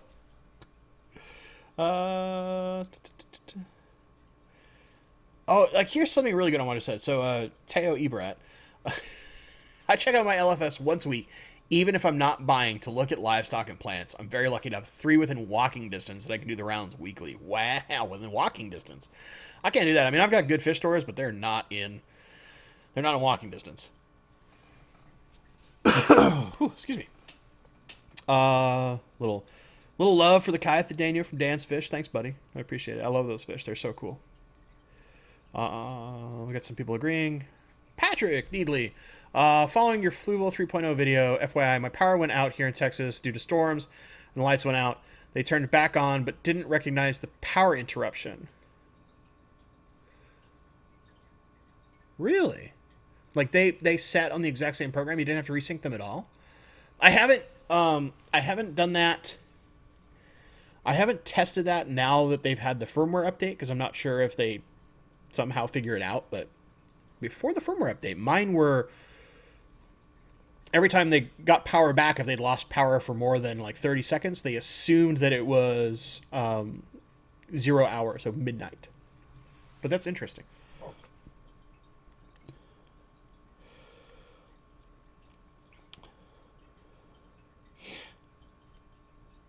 Okay, so so DK, I get what you're saying. Like, you want to see a bigger fish from the couch. Like, I totally understand that. And I think my statement still stands. Go into a fish store, spend 5 minutes in front of a tank, for every centerpiece fish that catches your eye, and then pick the top 3 and go spend like 10 minutes a piece. And like stand back, go to like that couch distance if you can, and figure out which one at that 10-minute look, and figure out which one is like, that's the one that catches my eye the most, or that's the one that I like watching from this distance the most. Because if it's specifically, it'll be like what I can see from the couch. Set yourself up in that scenario and just find the fish that you enjoy the most in a period of time that you can think to yourself, yeah, I would like watching this fish from my couch every day. And then that's the answer. The answer isn't what I think. The answer is what you think, man. And that's the best part about this hobby, is that every fish tank is different because it's our personal interpretation of things. It's how we get to create nature. in one way, shape, or form. Because, you know, autocinclus and rainbow fish don't live together in the wild, but they sure do in my tanks. Like, you know, and like all the plants that are in the tanks, like those aren't in natural rainbow habitats, but they are in my tanks, and the rainbows like them. So it's how we create our own version of nature. The universe hates lemons. Man, I don't know. Lemons can make wonderful things. But this tip has to be the best tip I've gotten for picking fish. Thank you so much. I was confused. Hey, if the way that I see things helps you in your hobby, perfect. Then I've done my mission correctly. But I think one of the most important things for me, at least, is that transparency of like, this is what works for me, and this is what I'm going to give you my advice or experience from. But it might not work for you, because like, who knows the million different conditions? Like, water's different everywhere, all those kinds of things, right? I will get to tips for treating blackbeard algae in just a second. I want to make sure I didn't miss anything before that, though. Okay, I've caught up. I'll chat again after the long rant. So from Stan Saxon, tips for treating blackbeard algae. So here's the thing. Blackbeard algae is a pain, and the real thing is slowly figuring out the symptom. So most commonly when I've had blackbeard algae, because I've had it a few times, I'll have some kind of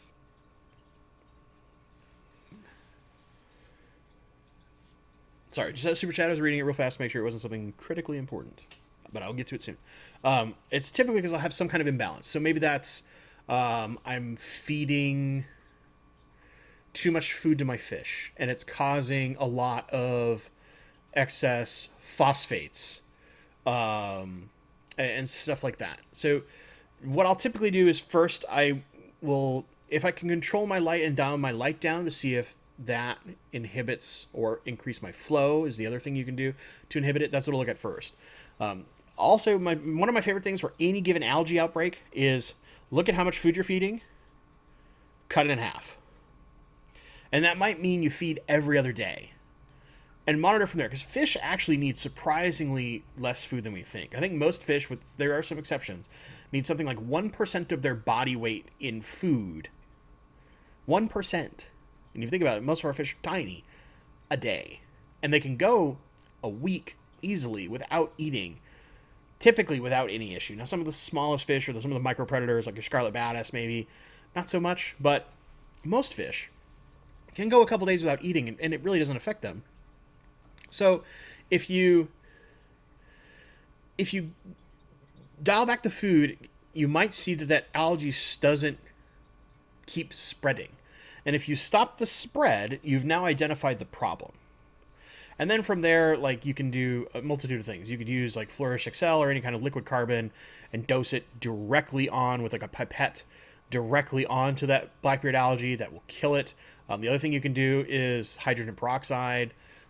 Probably the best method I've ever seen for people that need a full chemical bomb is what's called the 1-2 punch for algae treatment. I will get this for you. It's an old article off of The Planted Tank, and it is this lovely one right here. This is the thing I'll do critically here, because I've helped a couple people use this method to solve their problems before with any kind of algae outbreak. Read the entire article thoroughly and follow the dosing instructions exactly, because otherwise you run the risk of hurting the livestock in your tank. Now, if you have another tank that you can move your livestock to, it's safer. But if you do this link right here from Planet Tank, exactly as the author has written it, your fish will be fine. If you deviate from it because you don't follow it exactly, they might not be fine.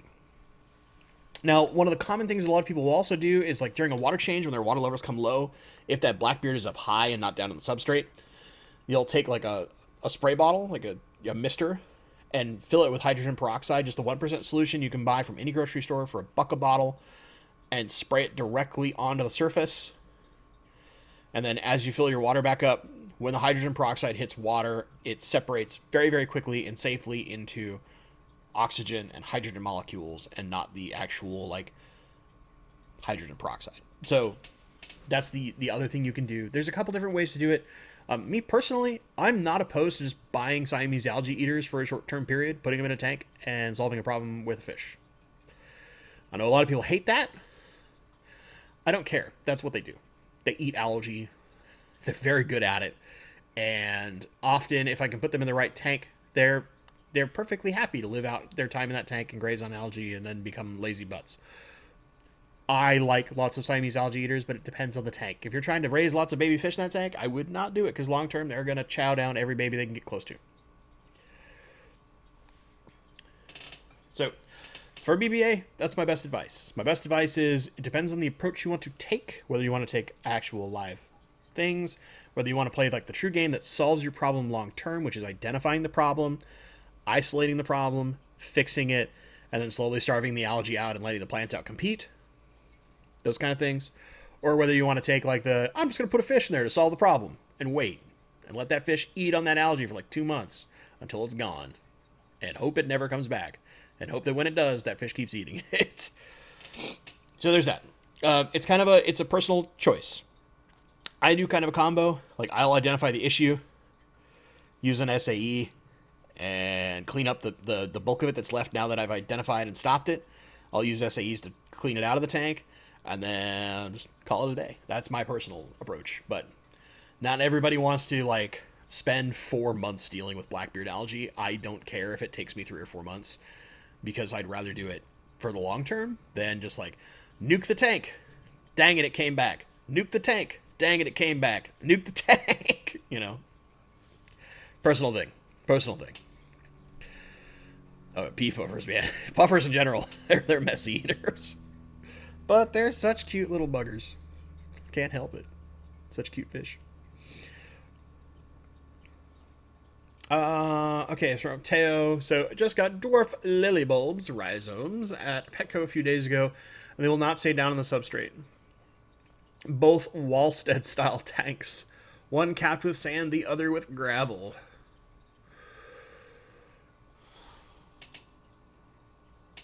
Okay, I'm gonna avoid my rant on Wallstead method tanks, but Joel and I have very similar opinions on a Wallstead method, and you'll have to forgive us as we're just cranky old men. But it's good for certain things. Don't get me wrong.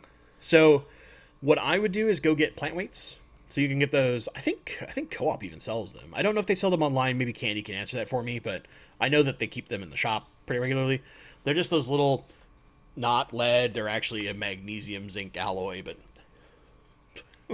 lead soft metal strip that you wrap around stuff. What I would do is I would wrap that around just above the root cluster, so I can get the root cluster. You don't want to bury the bulb, keep that in mind. You want the bulb actually up above in the water. You want the roots down in. So you could very much tie the weight to the bulb and try to get the roots down. And then just have that hold it in place and let the roots slowly grow into your substrate and get down into that dirt down below your cap. And then from there you'll be fine. Like once it's been in there long enough to where it roots itself, you can go in, pull the weight off, and just let it be there and be okay. That's probably the easiest method. Very commonly, Joel and I do something very similar where we'll weight stem plants down instead of like jamming them into the substrate right away. We'll weight them down, let them get used to the water system and grow fresh roots, and then we'll plant them further, or if they've already rooted in fully, we don't even worry about it. So just kind of an approach that's not as common that you might take a look into because it's super, super simple and tends to take a lot of the headache away from dealing with that stuff. And just, use a little plant weight and you'll be fine. Any tips on ember tetras? For some reason, they catch your eye. Aquatic highs, they're a really good-looking fish. That's why they catch your eye. So, I've had them before.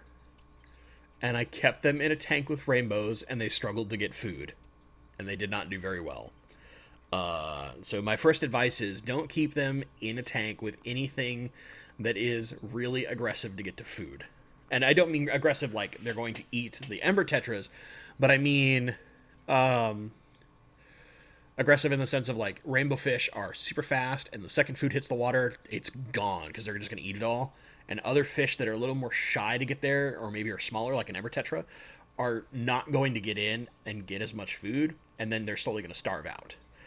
So my first tip would be like put them in a tank with similarly small fish that are a little more relaxed and shy. You could look at like Brigitei rasboras, the green rasboras, any of those kind of smaller, more chill fish, or just shrimp. Shrimp is a good one. Alyssa, I saw that message before you retracted it. I saw that. Anyway, just don't put them in there with like hyper aggressive eaters and or just aggressive fish. Like, don't put ember tetras with a betta, because you never know when that betta gets cranky and decides that ember tetra looks like a snack, right? Because they're tiny fish. So yeah, it's one of those things I would look at, just trying like isolating things away that will prevent them from thriving, and then from there it's water conditions. Like, they're a soft water fish. Keep them with lots of plants so they have lots of places to hide if they want to, and in big numbers. Like ember tetras, because they're so small, the more of them you can have, the better. And I know a lot of people are like, oh, it's a schooling fish, have at least 6. Like, seriously, with ember tetras, have like 15 or 20. Have a lot, because they're a kind of skittish fish to begin with, and if you have them in super small numbers and they're a small fish and there's not a lot of cover for them, they'll never feel good. They'll be constantly stressed.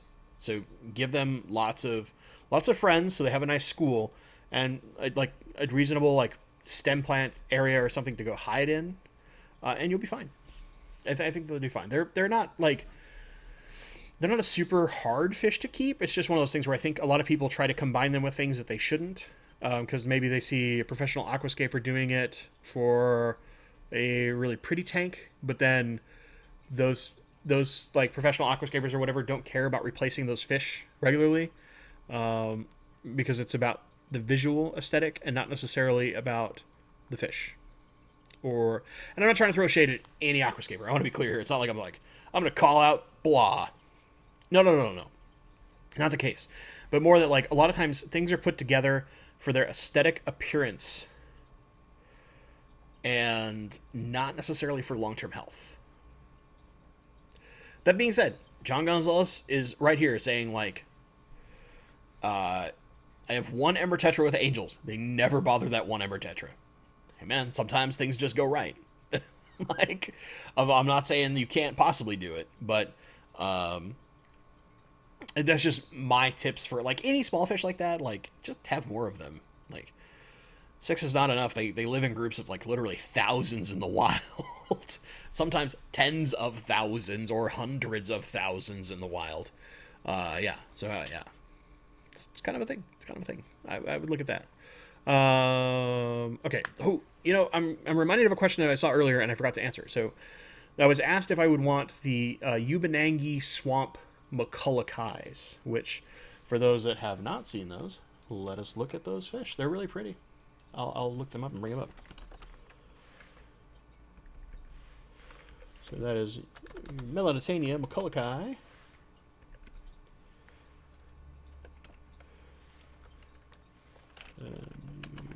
Baby swamp.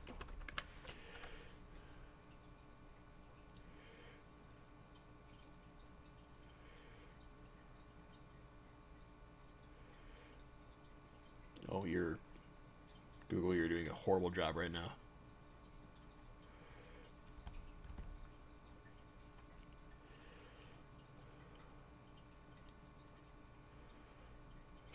It's like every picture it brings up is not the Ubanangi swamp ones. It brings up Skull Creek of all things. I give up. Anyway, you can look them up. They're really pretty fish. I've had McCullochi in the past, and I like them, but I think right now there aren't too many more. There's only like 2 rainbow species that I don't have that I want.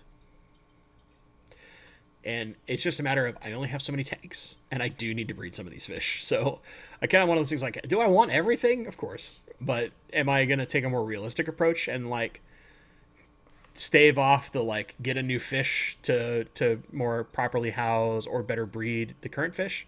Yeah, I'm gonna more properly house and breed the current fish as opposed to be like give me more and more and more and more and more, right? Because I can appreciate all those fish and enjoy them personally, but it's so much more fun to breed those fish and make more and more of them so that I can do real crazy things or just let other people enjoy those fish. So yes, I do like those fish, but really the two fish I want at this point, I want to get maculosus again, which is the spotted rainbow, because I lost all of mine when they were teeny tiny babies and it hurt very much bad. And then as far as rainbows are concerned, there's non-rainbows that I want too, but and then the other one is the multisquamata. So the, as Gary Lang likes to call them, the red dragon, right? They're basically like the red version of Awanamensis, and those fish are so cool that I would love to have those as well and breed those as well. But beyond that, like really, most of the fish I want, I have. I just have to like breed more of them so that I'm not a slacker, and that requires getting more tank space, which, yeah, I'm trying to figure out a way to do that. The biggest problem is actually just getting tank and power space in my house, without like, of course, having the money to say like empty out my garage or just turn it into storage, remodel it into a proper fish room. But that's, you're talking like what, 20, 30 grand or whatever to have to do that. It's a lot of money. You can ask like Dan's Fish, who has a phenomenal video on what it costs to build his fish room that he uses, and to do them right, they are pretty expensive. But when you do them right, they're worth it. So yeah. Yeah, so Sharpie's like great thing. One of the things that I want to put out there is you have Emperor Tetras in your 200 liter community doing well, but lots of cover. And you make some food that is too small for the bigger fish to bother with. So like that's the other thing. If you're going to take the time to be really careful about it, then yeah, you can make sure that those embers do well even with larger or more like boisterous eaters. It's all about taking the time. So yeah, mop of red dragons. Oh, Mike, don't tease me. I don't have tank space right now. That's not nice, man. In the future though, Mike, totally. I would totally be happy to do a mop trade. I don't know that I have stuff you don't have, but maybe I do. Who knows? Lots of extension cords to the neighbor's house to steal power. It's funny, one of my neighbors, so if we were to look behind me, they live basically that way. So, make it more obvious. But if you were to go straight through the flex and out the window or out through the wall and go there to their property, they're both nurse practitioners and they work even more than I do, which is something to say. And yeah, they're like, I only really see them. I'll see the wife of the couple like 3 mornings a week when she walks her dog as I'm leaving, and then beyond that, I see their kind of like maid / house sitter more than I see them in any given week, because they're working a ton. And then we're at the end of summer where they've done the last of they go camping like every weekend because they just have a big trailer and they just go out wherever the heck they want to go to relax. But yeah, it's if they would be the one to steal power from, just because they're almost never there. Oh man, if it only were so simple to steal power. If only. There was another question up here. Dana Burke. So how big should my praecox be before I add them with adult bosemani? If you can get them to at least 2 inches, you should be fine at that point. They really won't pick on a fish bigger than 1.5 inches. So if you can get them to like 2 inches, you're pretty safe at that point. And then also with other rainbows, like they recognize their rainbows and they'll just be like, oh, hey, little buddy, you're not so small that I can eat you. Let's just hang out together. But the bigger rainbows, the bosemani will probably more aggressively get to food. So the reason why you want to get them to about 2 inches, because then they're big enough to zip in and zip out and get their food without any worry that a shyer female or something will not be able to get food properly. So there's that. Ginger Graves, which, by the way, Ginger, you work as a retail pharmacist. I saw that in a chat recently. That is what my mom does. She is also a pharmacist. of the retail variety. So I know the the headache that is that job. Mostly just like for her, she used to work specifically in an area that had lots of mostly Microsoft employees who, well, I worked for Microsoft for 4 years. I was never a full-time Microsoftie, so I was a contractor. I knew my place. There's a nickname for Microsoft contractors. They refer to us as dash trash. It's kind of how we get treated at times, but that's that is a profession where like a lot of people get really upset over very small things that you are completely outside of your control, and it just is can be very miserable for some people. Now that being said, like pharmacists and maybe like older family-run pharmacies probably a little easier, or like compounding pharmacy, which is really interesting to me just because it's some crazy science nonsense. But also there's bad compounding pharmacies out there too. So hey. So I just want to say hi, Ginger. Glad that I can be your vague entertainment on the drive home, and hopefully the new fish implants are sweet. Pugimus Maximus. All right, Osmocote Plus for root tabs. Recommend. No. No. No. No. Just no. So there's a really long form answer to this. The short answer is no. The long form answer is Osmocote over time and thank you, Ginger. 1 sec.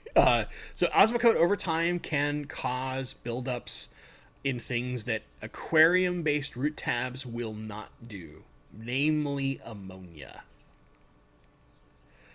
Because Osmocote is designed for terrestrial plants, and terrestrial plants, unlike aquatic plants, do not easily get supplies of ammonia. So they put ammonia because it's part of one of the building blocks that they will feed off. It's in the nitrogen cycle, and that's how they get their nitrogen. Part of it is through ammonia and nitrate. Excuse me as I rub my nose from this starting seasonal cold. I'm going to try and film as much as I can before I start sounding like just an absolute wreck. So Osmocote has traces of that. And sometimes when it's down in the substrate, it doesn't pick up into the filter and get taken over by the beneficial bacteria, and because you have much heavier nitrate from like other things that are in the water system, the plants don't need as much of it, and it can build up. And if that part of your substrate gets jostled in some way that releases that pocket of stuff, it can be extremely toxic. I have seen enough horror stories with people who use Osmocote root tabs that I would never ever use them and never ever suggest them. They're cheap. Yes, they are. But if you just buy powdered ferts, if you're looking to go cheap and just fill your water column, the plants will adjust and take from the water column. Even the heaviest root feeders will feed from the water column if that's where the nutrients are. They all can do it. They all can do it. So just that's my like better answer than just no. Is that all plants can feed from the water column? Dose the water column. If you don't want to deal with like more expensive root tabs, like a CCAM or something, like I can get 40 root tabs from CCAM off of Amazon for like $15 or whatever. Like that's nothing. With how rarely I need to use root tabs, those last for a long time. Oh, Barbara, you got one there? That's fun. Okay, so Ginger, thank you very much for the super chat. I really appreciate it. Can I live stream every day you work? And yeah, retail pharmacy is definitely not for the faint of heart. It is a rough gig.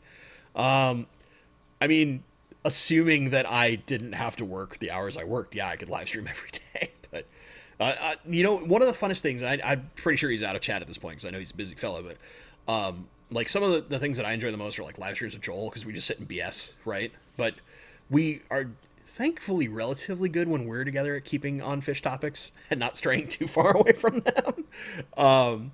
But I believe me, the way that some of the podcast type shows out there are done, where it's a collaborative team of people doing stuff. If I was ever to be to the point of live streaming every day, it'd be something more like that. But it would just be like a swath of fish nerds babbling about dumb fish stuff. I don't know that has the reach to be an everyday, but yeah. I love me Doc, so Bentley's on the fence about Osmocote. If you mean on the fence of being polite and not being polite about how much I dislike it, then I suppose that's true. But Mama taught me some manners. Okay, so Barbara Jackson, hi. Well, I got to meet Barbara at AJ. That was a blast. Any experience with Melantania sequensis, aka the Isim? Picked up 9 at your local auction. So the Isims or the sequensis is relatively new to the hobby compared to some of the other rainbows, which is why there's not a lot of documentation on them. And no, I personally have not owned them. Although you're right by Gary Lang, right? Like he's the man, the myth, the legend. But I don't know that too many people actually have them or have been raising them yet in the U.S. as a whole. Not a lot of people have that fish. It's really cool. It's really pretty. But all rainbows are like that. All rainbows are pretty if you're a rainbow fish person. But yeah, it's one of those things where some of the newer to the hobby fish, you're just not going to find any documentation on them. Like I've got 2 that have very limited documentation on them. So like there's the Ewers and the Etniensis are not super common. And I've got them, and you just treat them like every other rainbow. Like lightly hard water, lots of water changes, good food, they'll be fine. Like is it a Melanitania, treat it like almost every other Melanitania. The big thing is where it comes from. So if it's Australian versus Papuan, will depend on what heat ranges it can take. There was actually this really interesting conversation about temperatures that the fish can handle in one of the rainbow fish groups that I actually got to watch, like Gary Lang and Peter Unmack, which Peter Unmack's the guy who does all the heuristics and like scientific paperwork to name them. Okay, you got them from Eric Bodrock, who is also a sweet person to get those fish from. Oh, that's who. He's had them on Aquabit a few times. That's where I know them from. That's where I've seen them. Thank you for jogging my memory. It's coming. It's the seasonal change is coming. I can feel it. So yeah, if all else fails, you might try reaching out to him, because I know that he has an email that's kind of open. I don't know how often he answers it, but that might also be another spot. But I can't remember whether he got the sequences from Gary or whether he got them from one of the European guys. Now that I think about it, that probably came from one of the European guys, just as a thought. But yeah, I would just assume that for the most part it's a Melanitania. You can treat it like almost every other Melanitania if you can figure out where it came from, which it's probably Papuan. The range of temperatures they can handle is slightly thinner than any of the Australians. So like Australians can handle, it's really, some of the Australian rainbow fish can handle all the way down to like 65 degrees.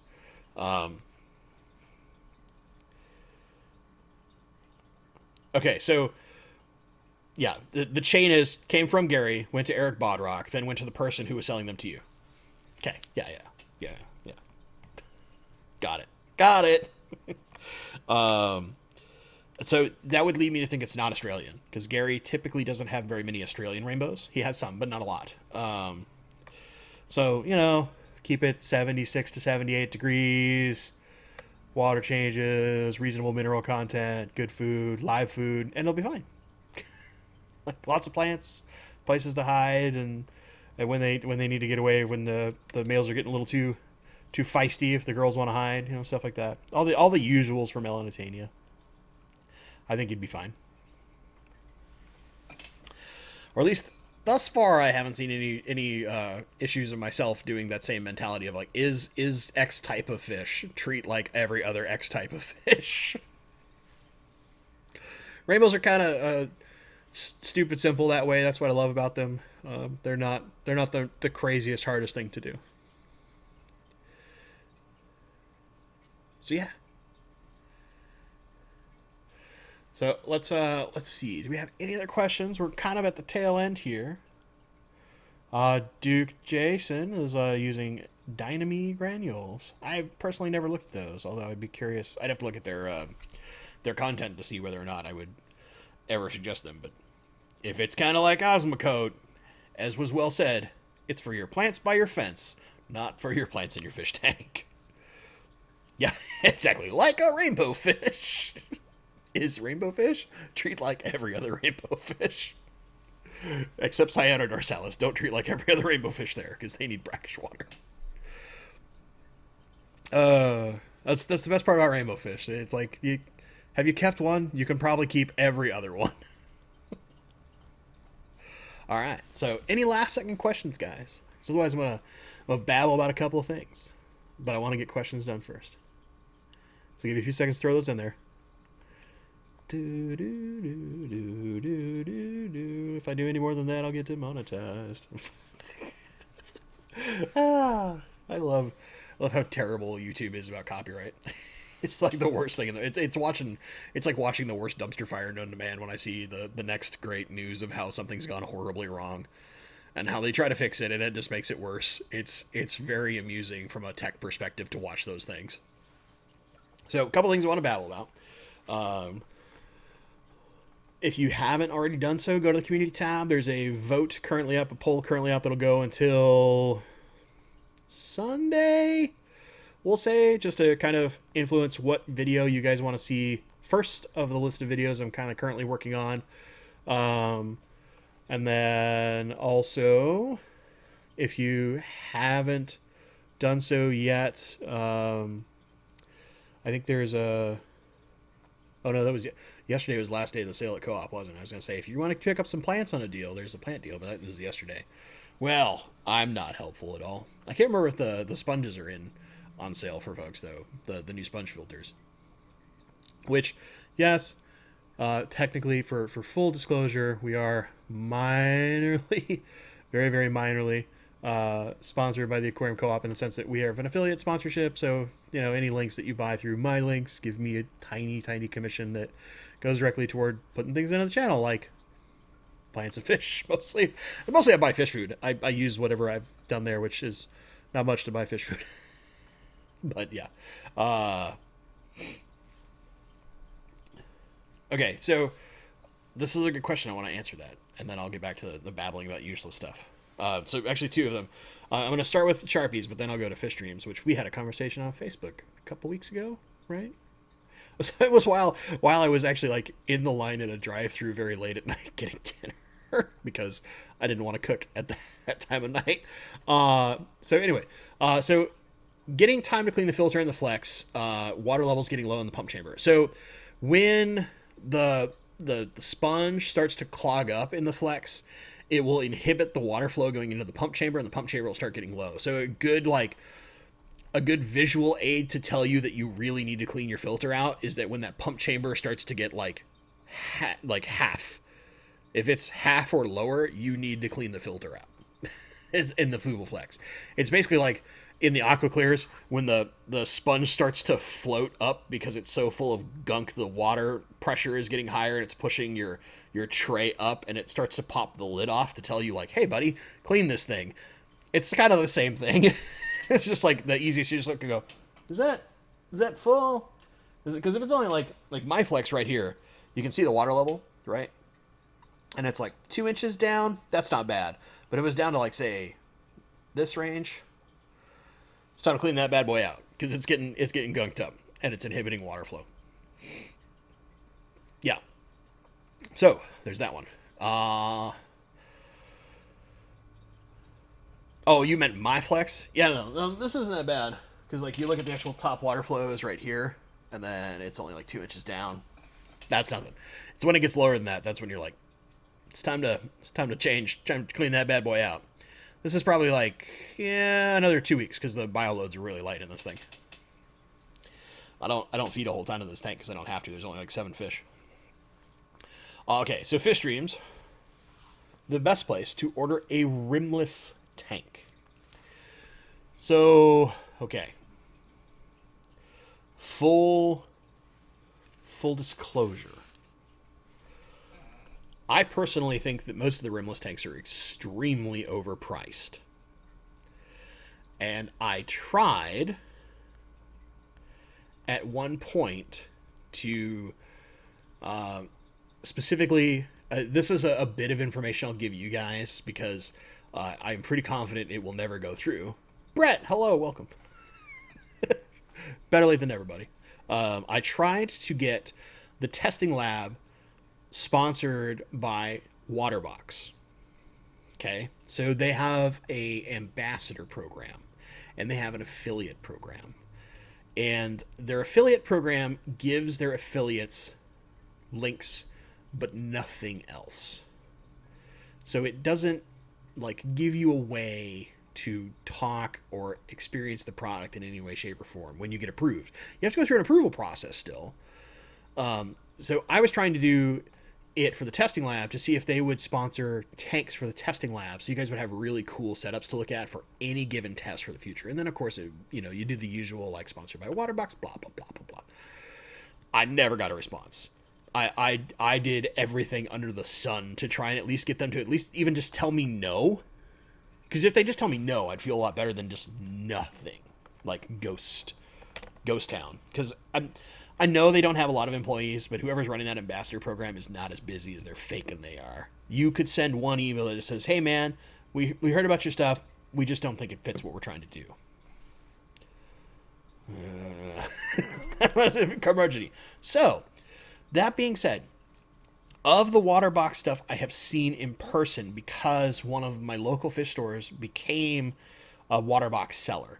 I really like their tanks. I honestly like them a little bit more than UNS or ADA because they're slightly more reasonably priced. I used to really like Mr. Aqua because they were reasonably priced, but they've basically discontinued almost everything they were doing, or I think everything they did, right? I think Mr. Aqua was just gone. So if you're trying to do the really pretty ADA, rimless, excessively expensive tank, I think the Waterbox ones, from what I have seen, are of a equivalent high enough quality and a lower cost of entry that they're a good option. Are they still expensive? Would I personally rather have acrylic? Oh yeah, I'd much rather have acrylic. But you can't really do rimless. So, that being said, if for some reason, Fish Dreams, you decide that you would like a Waterbox over a UNS or a ADA, if you can find an old Mr. Aqua, they're usually significantly cheaper. Or even, I have a used ADA tank that had like a teeny tiny scratch in one part of it, and I got it dirt cheap, but it's a weird shape and not necessarily a standard. Like, it's not like the 60P or 60H or any of the common popular aquascaping tanks as well as shallow tanks. So that being said, if you decide you want to go with Waterbox, which I would highly suggest looking at their products. They do have nice products. They are expensive. Full disclosure, they're expensive. Let me know, because technically I have an affiliate link and it would support the channel. I'm not linking that in chat. I'm not going to take the time to go hunt that stupid thing down. Unless you ask me to. If you ask me to, I will. But for me, I can't personally vouch for them because I've never sat and had one. I've looked at them at a local fish store down the street. And I've seen them full of water with fish in them, and they're very pretty. And they look like an ADA tank because there's several full ADA stores here. And I've seen UNS tanks full, and they look like a UNS tank because they're all the same thing. They're all the same type of glass, the same construction style. They're all just copying each other at this point. There's no major innovations. The only difference is with Waterbox, you can get some that are pre-set up to go to sumps, and they do some specific saltwater variants versus which I know from talking to you that you did saltwater at one point. They do saltwater variants that you could apply to freshwater and use some of the sump style and overflow setup styles from, say, a reef tank in a like 40 breeder style freshwater tank. And they have pre-setups like that you will not find with UNS or with ADA. So that's kind of the selling point at Waterbox. Plus, I mean, their primary base is in Florida, so they're United States, but they make most of their stuff elsewhere. Just because if you were manufacturing here in the United States, it would cost a ludicrously higher amount of money. So yeah, there's that. How hard is it to make a rimless tank from scratch? How good are you with silicone? If your answer is, well, I've resealed a lot of tanks, a pain in the... If you are, like, if you've been doing silicone work because you've done plumbing for an eternity or something like that, and you know how to do masterful levels of silicone, patience and clamps. Just, you can go watch, like, custom aquariums put tanks together. The only thing you have to figure out is how to get the silicone beads so thin and basically removed so that you don't have them, that big thick bead in the mural, in the rimless set, because you never see that, right? It's only that thin silicone between the panes. So it's all about super precision silicone work, and buying very high quality glass, getting the glass in very, very good shape, which typically requires a lot of extra beveling and things like that, and some work that your typical glass shop might not be doing for you. Getting that low iron glass and then getting it absolutely super clean, then rubbing it down with rubbing alcohol right before you do the bond of silicone. If you're willing to go through that much work, you'll probably need 2 people and a lot of clamps and a lot of patience. You could make your own. It might be worth it at that point to pay the extra $100 or something to get the labor done by a professional company. Some have a level of warranty and. That is up to you. Me personally, if I'm going to take the money or time, I'm doing acrylic. Because unlike glass, where you have silicone, acrylic, you fuse the acrylic together and it is one piece of acrylic. It's not a seam, it's one piece, right? We're talking plastic bonding here, where you're basically doing a minor melt between 2 pieces of plastic and letting them fuse together into one piece of plastic. Just saying, as somebody who appreciates like high levels of science, the bond is a lot stronger in acrylic. Also, the tank weighs 1/10 the weight of, like, I have my big acrylic, the one that the guppies are in.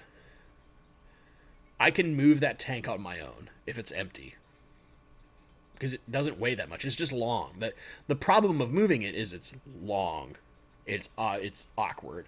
It's not the weight. Where, like, my 125 glass, which is a longer but not as large tank, there's no way I'm moving that on my own.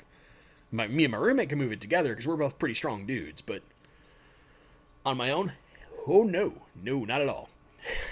I will slip a disc or something doing that nonsense. But yeah, I mean, if you want, it's kind of one of those things where, like, rimless tanks are very pretty, and you typically do not get rimless in acrylic. It can be done. It takes some of the best guys out there, like Jason Gregory from Clear Fabrications. I have seen him make rimless frag setups, and they're gorgeous because they're acrylic, which means they're built like absolute tanks, and his work is phenomenal. But acrylic, again, is more expensive than rimless glass, even the nice glass. So for therapy after that explanation, Carrie, thank you. Yeah, and if you do have issues in acrylic, it's much easier to fix than glass, and there's a million benefits. It's just the upfront cost to acrylic is significantly higher. That being said, if you want that pretty rimless tank look, which I like, I have a rimless tank downstairs that I'm probably going to sell, because I've had it for a while and I keep looking at it and I'm like, yeah, I think I'd just rather have acrylic long term than that thing, because that one tank it's 32 gallons and it's god awfully heavy for a 32 gallon tank, right? It's basically similar dimensions to a 29 gallon, but a little bit wider and not quite as tall. And it's god awfully heavy. It's a discontinued Mr. Aqua, and it's a very nice tank. It's very pretty. It would be very beautiful, but for me personally, I would rather do acrylic. But if you like that rimless look, your options are there. It's just a matter of which one catches your eye the most. You want to save a little bit of money. The water boxes, from what I've seen, are slightly cheaper. If you want to, and similar quality, if you want a specific name brand for a specific style because you want to do the ADA tank or a UNS tank, well, you're going to pay more. It's like if I buy a 1 carat diamond from Joe the family jeweler, who's done it since Grandpa Joe 2 generations before him, it's probably going to cost me less than Tiffany, because you're paying for a name. The same stone will cost more because you're paying for a name. Kind of thing. So the choice is out there. If you'd like a rimless tank and you want a water box, I would happily give you my affiliate link, but I don't post it anywhere, because if I don't have one to mess with myself, I cannot personally vouch for the quality, because I have not been given an opportunity to test it, and thus I will never put that link out there in general public, right? Like, would it be nice if somebody bought a water box aquarium through my affiliate link and put a little extra change in the tip jar as far as the channel is concerned? Sure. But am I going to do that when I personally haven't had one to mess with? Like, I've watched them. I think they're pretty. They're nice. I've seen really nice construction out of them at a store. But that's not me doing things in the tank. Now, that being said, I watched the Waterbox crew in their live streams, and they're really nice folks, and they put together some cool tanks. But they really do their work on salt and not so much on freshwater. So, just saying. You need some better freshwater people out there. All right. I'm going to stop ranting about rimless tanks now. So, last chance. Any last questions before I run away? Okay. Last question. Is the Marina breeder box still on sale? Let's find out today. I think the medium ones might be. They had a lot of them. Nope. They're back to their usual $10.99. At one point, though, so I think I put them out there. They were $4.42. At one point, they dropped even further to like $3.90 a piece for the mediums that are normally $11. So, like, somebody had an excess and was just trying to wholesale them the heck out of there. So, if you didn't get them, they're gone now, sadly. They're back to their normal price, which means just buy the large one. It's well worth it. It's 2 mediums, basically, for the price of $2 more. All right. Well, that being said, guys, I really appreciate everybody who stopped in today. I hope I answered your questions to the best of my ability. Oh, no, Brett did have a question. I'm sorry. I'll answer this because I saw it earlier and I skipped it in a long rant. How are the new dwarf rainbows you got from Gary at AGA? So those are the Melanitania species Iwer. They're not officially named yet. They're doing good. I haven't had any issues with them. The males are starting to color up. And they're not really in a dark tank, so they're only going to lightly color. But I'm seeing color in the fins, which is the big key sign. It'll be about time to more properly start giving them mops as soon as I have spare tanks to raise babies in here soon. So I'm looking at trying to figure out a way to raise babies. I've been focusing on the Bob's Bosemani first and getting bugs out of my system, because it's been a little while since I've raised teeny tiny babies. So we'll do that, and then I'm probably going to work on the Ewers, because they're kind of next. So that being said, yes, I am going to the GSAS auction. That is November the 9th at the Eagles in Burien? White Center? I think it's White Center. I think it's White Center Eagles. It's really easy to get to. So if you're going to that, I will be there. I'll happily chat with you. I'm going to be sitting there being a fish nerd all day. I don't think I have to do anything for the club, so I get to just be lazy and relax. So feel free to come say hi. And if anyone else isn't going there, go to that. I'll talk about it. I'll talk to you. We have fun. We can bid on things for fish and plants. It'll be fun. Real fun. So as always, guys, thank you so much for watching. For those of you who gave me super chats, you're ever so sweet. You definitely don't need to do that, but I appreciate it when you do. And as always, guys, stay awesome. Bad grin why. Find the button to stop streaming. Have a good weekend, guys.